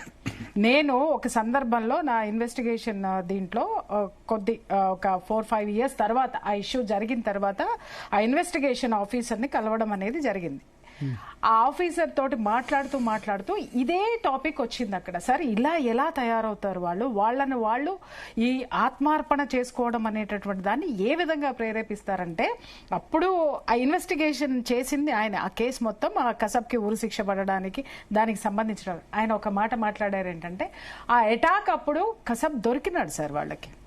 దొరికినప్పుడు ఇమ్మీడియట్ గా వాళ్ళు ఎన్కౌంటర్ చేయొచ్చు, కానీ వాళ్ళు ఎన్కౌంటర్ చేయకుండా కసబ్ని ఎందుకు పట్టుకున్నారు అంటే, ఈ పని చేసింది పాకిస్తాన్ అని ప్రపంచానికి తెలియాలి. అది ఎవరు చెప్పాలి? అటాక్ చేసినటువంటి వాడు చెప్పాలి, వాడు ఒప్పుకోవాలి. అందుకని చెప్పి వాడిని పట్టుకొని అన్ని నెలలు సుదీర్ఘంగా వాడిని మేపడానికి కారణం ఏంటి అనంటే వెనక చాలా చరిత్ర ఉంది. ఆ సందర్భంలో వాళ్ళు అతన్ని ఇంట్రాగేట్ చేసేటప్పుడు అస్సలు నోరు విప్పలేదట సార్. చివరికి అతను అతన్ని చేయగా ఒక చిన్న విషయంలో దొరికాడు. ఏంటంటే అతను పంజాబీ మూలాలు ఉన్నటువంటి వ్యక్తి. ఈయనకి పంజాబ్ వచ్చు ఇన్వెస్టిగేషన్ ఆఫీసర్కి. అక్కడ ఆ భాషతో పట్టుకున్నాడు. అతను మాట్లాడుతున్నప్పుడు ఈయనకు అర్థమయ్యింది ఏంటి అనంటే, అతనికి మదర్ సెంటిమెంట్ ఎక్కువ ఉన్నది. సో అప్పుడు ఆ మదర్ని బేస్ చేసుకొని ఆయన అడిగారు, నువ్వు మదర్ ప్రామిస్ చేసి ఇది ఎందుకు చేసావు అనేటటువంటిది చెప్పు అని చెప్పేసి అని మదర్ సెంటిమెంట్ పెడితే అప్పుడు అతను చెప్పిన విషయం చెప్తున్నాను నేనే.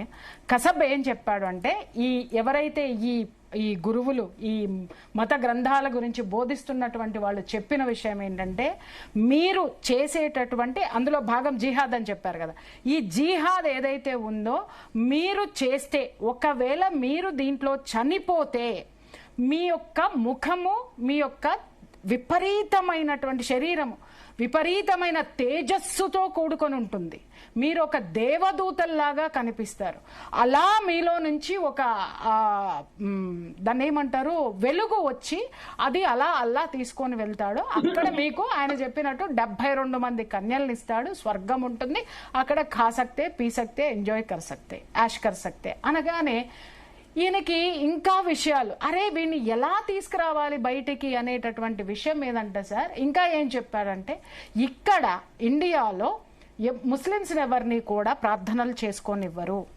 మమ్మల్ని చాలా తక్కువ జాతి కింద చూస్తున్నారు, మాకే విధమైనటువంటి గౌరవ మర్యాదలు లేదని అనర్గళంగా వాడు చెప్పాడు. ఓకే, ఈ రెండిటికి అతను చూపించాలి, అతనికి ఇది కాదు ఇది అసత్యం అని చూపించాలి అని చెప్పి ఇమ్మీడియట్ గా ఆయన ఏం చేశారంటే పగడ్బందీగా బయట ఎవరికీ తెలియకుండా ఎస్కార్ట్ తోటి నైట్ టైము తీసుకొని వెళ్ళి చూపిస్తే అతను ఇన్వెస్టిగేషన్ చేస్తున్నటువంటి ఆ ప్లేస్ ఏదైతే ఉందో దానికి కొద్ది దూరంలోనే మసీద్ చూపించాడు. ఇదిగో రోజు నువ్వు హజా వింటున్నావు కదా, ఇక్కడ జరుగుతుంది ఇన్నిసార్లు 5 సార్లు రోజుకి 5 సార్లు నువ్వు వింటున్నావా లేదా, నీకు వినిపిస్తుందా లేదా, ఇది ఇక్కడి నుంచే, మరి 5 సార్లు ఇక్కడ ఎలా చేస్తున్నారు, ఇదిగో ఒకవేళ ఇది పాడుపడిపోతే ఇది ఇలా ఉండదు కదా చూడు అని అది చూపించారు. రెండో విషయం ఏంటంటే ఇక్కడ అన్నాడు కదా, చనిపోతే మేము చాలా తేజోమయంగా ఉంటాము, మా శరీరాలంతా తేజస్సుతో నిలిచి ఉంటాయి, మేము అంత గొప్పగా ఉంటాము అని చెప్పేసి అని అప్పుడు ఇతనితో పాటు చనిపోయినటువంటి వాళ్ళని తీసుకొని వెళ్ళి మార్జరీలో చూపించాడు సార్, శవాలను చూపించాడు ఆయన. శవాలని చూపిస్తే ఒకడికి కంట్లో నుంచి బుల్లెట్ దూసుకుపోయి ఒకడికి ఇక్కడి నుంచి దూసుకుపోయి మొత్తం ముఖమంతా మాంసం ముద్దయిపోయి ఎట్లనో వచ్చేసి బ్లడ్ షెడ్ అయిపోయి ఎలా భయంకరంగా ఉన్నాయి ఆ శవాలు. చూసిన తర్వాత ఒక్కసారి వాడు అది చూసిన తర్వాత అసలు షాక్ అయిపోయినాడంట, ఇది ఏంటి మాకు అలా చెప్పారే ఇక్కడ ఇలా లేదు, ఇక్కడ ఇది లేదు, ఇంత అసహ్యంగా ఉందేంటి ఈ శవాలు, వీళ్ళు మీరే కదా, నీతో వచ్చిన స్నేహితులే కదా వీళ్ళ పేర్లేంటి చెప్పు, నీకు గుర్తున్నది కదా, వీళ్ళు ఇదిగో చనిపోయిన తర్వాత తేజోమయం అన్నావు కదా, ఇదిగో వీళ్ళే ఉందా అని ప్రశ్నించాడంట ఆయన. ఒక్కసారి వాడు ఏడ్చాడంట సార్, అతి భయంకరంగా ఏడ్చాడంట. ఏడ్చి నాకు ఏదైతే బోధన చేశారో అది అసత్యము అని చెప్పి అప్పుడు మొత్తం చెప్పాడంట. జరుగుతున్నది అక్కడ, వాళ్ళు చెప్పేది ఎక్కడా కూడా ఆ పుస్తకాల్లో ఉన్నటువంటి దాన్ని ఏ విధంగా నూరిపోస్తున్నారు, అవే మూల కారణం ఉగ్రవాదానికి. ఆ చెప్పేటటువంటి వాళ్ళు ఎవరైతే ఉన్నారో ఆ మత గ్రంథాల గురించి వీళ్ళకి నూరిపోసేదంతా కూడా లేనటువంటిది ఎక్కడో ఉన్నటువంటి దాన్ని సృష్టించి వీళ్ళు ఒక ఇల్యూజన్ లో వీళ్ళని పెట్టి తీసుకెళ్ళి వెళ్ళడం అనేటటువంటి దాని నుంచి ఇది వస్తుంది. ఇప్పుడు మీరు అన్నట్టు మనం తెలుసుకోవాలి అసలు మనం ఎక్కడున్నాం, మన గ్రంథాలు ఏం చెప్పినాయి, కృష్ణుడు ఏం చెప్పాడు, ఇంకా సార్ చెప్పినట్టుగా రావణాసురుడు ఉన్నాడండి, హిందువే కదా, రాముడు ఉన్న యుద్ధం చేశాడు కదా, అతన్ని మరి పొట్టలో అమృతం ఉందని చెప్పేసి అని చెట్టు చాటు నుంచి యుద్ధనీతి కాదు ఎందుకు చంపాడు సార్, అక్కడ దుర్మార్గం ఉండకూడదు, దుష్టులు ఉండకూడదు. ఇది మన పురాణాలు చెప్పింది, ఇది మన హిందువు నేర్చుకోవాలి. తర్వాత పురాణాలు చెప్పేటటువంటి వాళ్ళు కూడా వీటిని చెప్పి హిందువుని జాగృతం చేయాలి. ఇదే విషయాన్ని నేను ఇంతకు ముందు కూడా కొద్దిగా స్ట్రాంగ్ గా చెప్పినందుకు చాలా మందికి మనస్తాపం వచ్చిన ఫరక్ పడదు నాకేమి, కానీ చెప్పి తీరాలి. ఒక్కొక్కళ్ళ దగ్గర ఎన్ని వేల మంది శిష్యులు ఉన్నారు, ఏం తయారు చేస్తున్నారు, పొద్దున్న వెళ్ళి విభూతులు పెట్టుకొని బొట్లు పెట్టుకొని మునిగి స్నానాలు చేసి ఇవి ఉన్నాయి, కానీ ధర్మం అనేటటువంటి దాంట్లో నీ ధర్మాన్ని రక్షించుకోవాలని ఎవరు చెప్తున్నారు? ఇది అవసరం మనకిప్పుడు.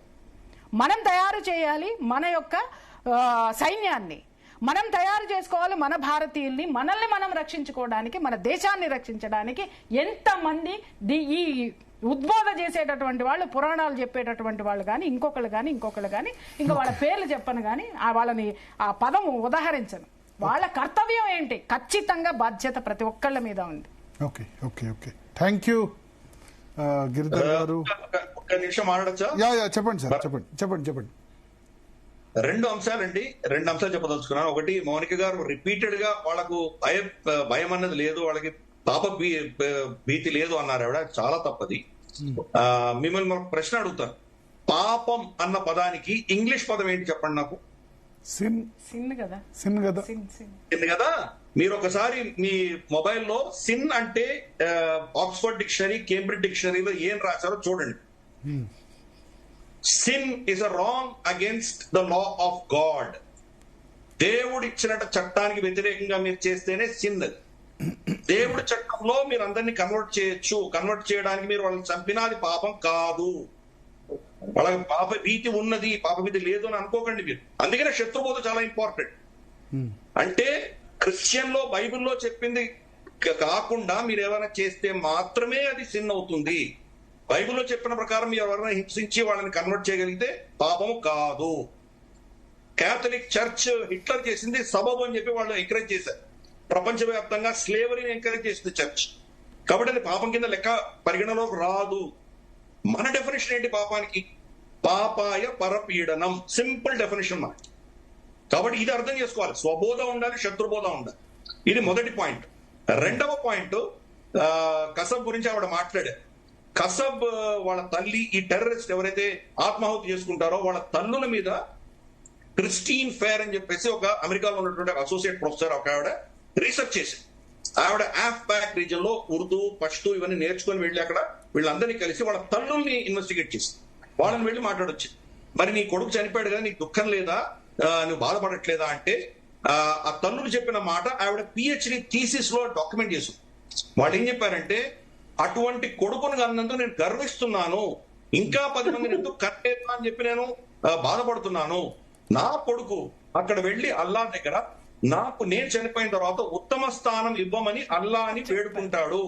కాబట్టి నాకు జన్నత్ లో ఉత్తమ స్థానం కల్పించడానికి నా కొడుకు షహీద్ అయ్యాడు కాబట్టి చాలా గౌరవిస్తున్నానని వాళ్ళు ఇచ్చినటువంటి వాంగ్మయాల్ని ఆవిడ పిహెచ్డి థీసిస్ లో ఆవిడ జత చేర్చింది. సో మీరు ప్రేరణ ఎక్కడి నుంచి వస్తుందో అర్థం చేసుకోండి, ఇంత రాడికలైజ్ అయ్యడం మీరు అర్థం చేసుకోండి. కాబట్టి అందుకనే ఇందాక నేను చెప్పింది మళ్ళీ చెప్తున్నాను, మన గురించి మనం తెలుసుకుంటే కనుక అర్థం అవుతుంది స్వబోధ. తన శత్రువు గురించి అర్థం చేసుకునే ప్రయత్నం చేయాలి. పాపం is not equal to sin, ఇది అర్థం చేసుకోవాలి మనం. Sin is not equal to పాపం. మనం ఈజీగా వాడేస్తాం అది, ఆ పదాలు చాలా తప్పది. సిన్ అంటే వేరే అర్థం ఉంది, పాపం అంటే వేరే అర్థం ఉంది. పుణ్యానికి ఇంగ్లీష్ పదం ఏంటండి? పదమే లేదు. ఎందుకంటే పునర్జన్మ కదా వాడికి. పుణ్యం ఎవరికి కావాలి? మళ్ళీ జన్మ వచ్చిన వాడికి బ్యాంక్ బ్యాలెన్స్ కావాలి. పునర్జన్మ లేదు వాడికి. కాబట్టి ఈ కాన్సెప్ట్స్ మనకు బాగా అర్థం కావు.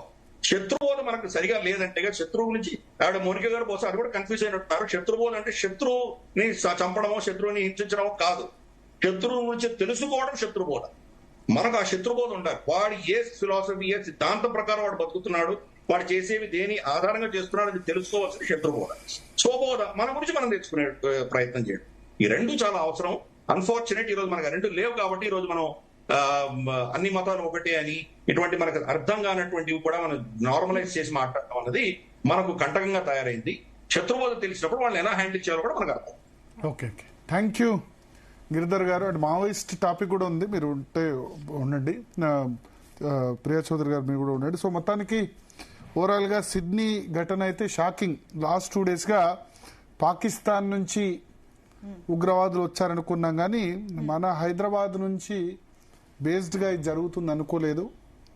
తండ్రి హైదరాబాద్ నుంచి 27 సంవత్సరాల క్రితం వలస వెళ్ళినా ఇంత రాడికలైజేషన్ అంటే వాళ్ళు యూదులు ప్రార్థనలు జరుపుకుంటే వెళ్ళి ముక్కు మొహం తెలియని వాళ్ళని కాల్చి చంపడం ద్వారా ఏం వస్తుందో. నిజంగా మత గ్రంథాలు కూడా అలా చెప్పుండవని నేను అనుకుంటా. చెప్తే వేరే సంగతి, కానీ చెప్పుండవు. వేరే వాడిని, సాటి మనిషిని, అసలు సంబంధం లేని వాడిని కాల్చి చంపడం, ఏదో నీకేదో ద్రోహం చేశాడో కుట్ర చేశాడో నీకు వ్యతిరేకంగా చేశాడంటే యూదులందరూ ఇజ్రాయెల్ నీకు శత్రువు కావచ్చు, కానీ యూదులందరూ శత్రువులు కాదు కదా. అట్లాగే హిందువులందరూ శత్రువులు కాదు కదా. మరి హిందువులందరూ కూడా లేకపోతే యూదులందరూ కూడా మీ మతాన్ని శత్రువులు అనుకుంటే వాళ్ళందరినీ చంపుతామంటే ఒప్పుకుంటారా? ఒప్పుకోరు కదా, అంతే కదా. ఇప్పుడు హిందువులందరినీ కాల్చి చంపుతామని ముస్లింలు అనుకుంటే సేమ్ హిందువులు కూడా అదే విధంగా భావిస్తే లేకపోతే యూదులందరూ శత్రువులు, వాళ్ళని గాలి చంపాలి, ప్రార్థన చేసేవాళ్ళని అనుకుంటే వాళ్ళు కూడా సేమ్ అదే పని చేస్తే. సో నాకు తెలిసి ఏ మతం కూడా అట్లా చెప్పదు, చెప్తే తప్పే. మత గ్రంథాల అన్వయం తప్పు మరేంటో కానీ చాలా బాధాకరమైన సంఘటన. సో ఒకటే చెప్తా, ఇస్లాంలో రాడికలైజేషన్ ను ఆపగలిగే కెపాసిటీ ఇస్లాంకే ఉంది. ఎందుకంటే ఐసోలేటెడ్ గా ఉండరు, ఒక చోట కలిసి ఎక్కువ మంది ఉంటారు. ఈ రాడికలైజ్ అవుతున్న వాళ్ళని గుర్తించేదగ్గది ఆ కుటుంబ సభ్యులో, పక్క ఇంటి వాళ్ళు వీళ్ళు చెప్పి నువ్వు తప్పుడు దారిలో వెళ్తున్నావని వాళ్ళకి చెప్పడం, లేకపోతే అథారిటీస్ అధికారులకు చెప్పడం, పోలీసులకు చెప్పడం, అట్లా చెప్పడం వల్ల దీన్ని స్టాప్ చేయగలం. లేకపోతే అప్పటి వరకు మన చుట్టూనే ఉంటారు, ఏం జరుగుతుందో తెలియదు. సేమ్ సాజిద్ ఎగ్జాంపుల్, ఓవైసీ చెప్పాడు కదా, నాకు తెలుసు కానీ ఇంత రాడికలైజ్ అని అనుకోలేదు అన్నాడు కదా. సో చూద్దాం, ఇంకా ఇన్వెస్టిగేషన్ లో ఇంకెన్ని విషయాలు బయటకు వస్తాయి. హైదరాబాద్ సంబంధించి అయితే పోలీసులు చెప్పారు, ఇక్కడైతే తను రాడికలైజ్ కాలేదని. ఇంకెన్ని విషయాలు బయటకు వస్తాయో చూద్దాం. Right, thank you Bharat for your analysis. So DNA లో మరో టాపిక్ చూసాం.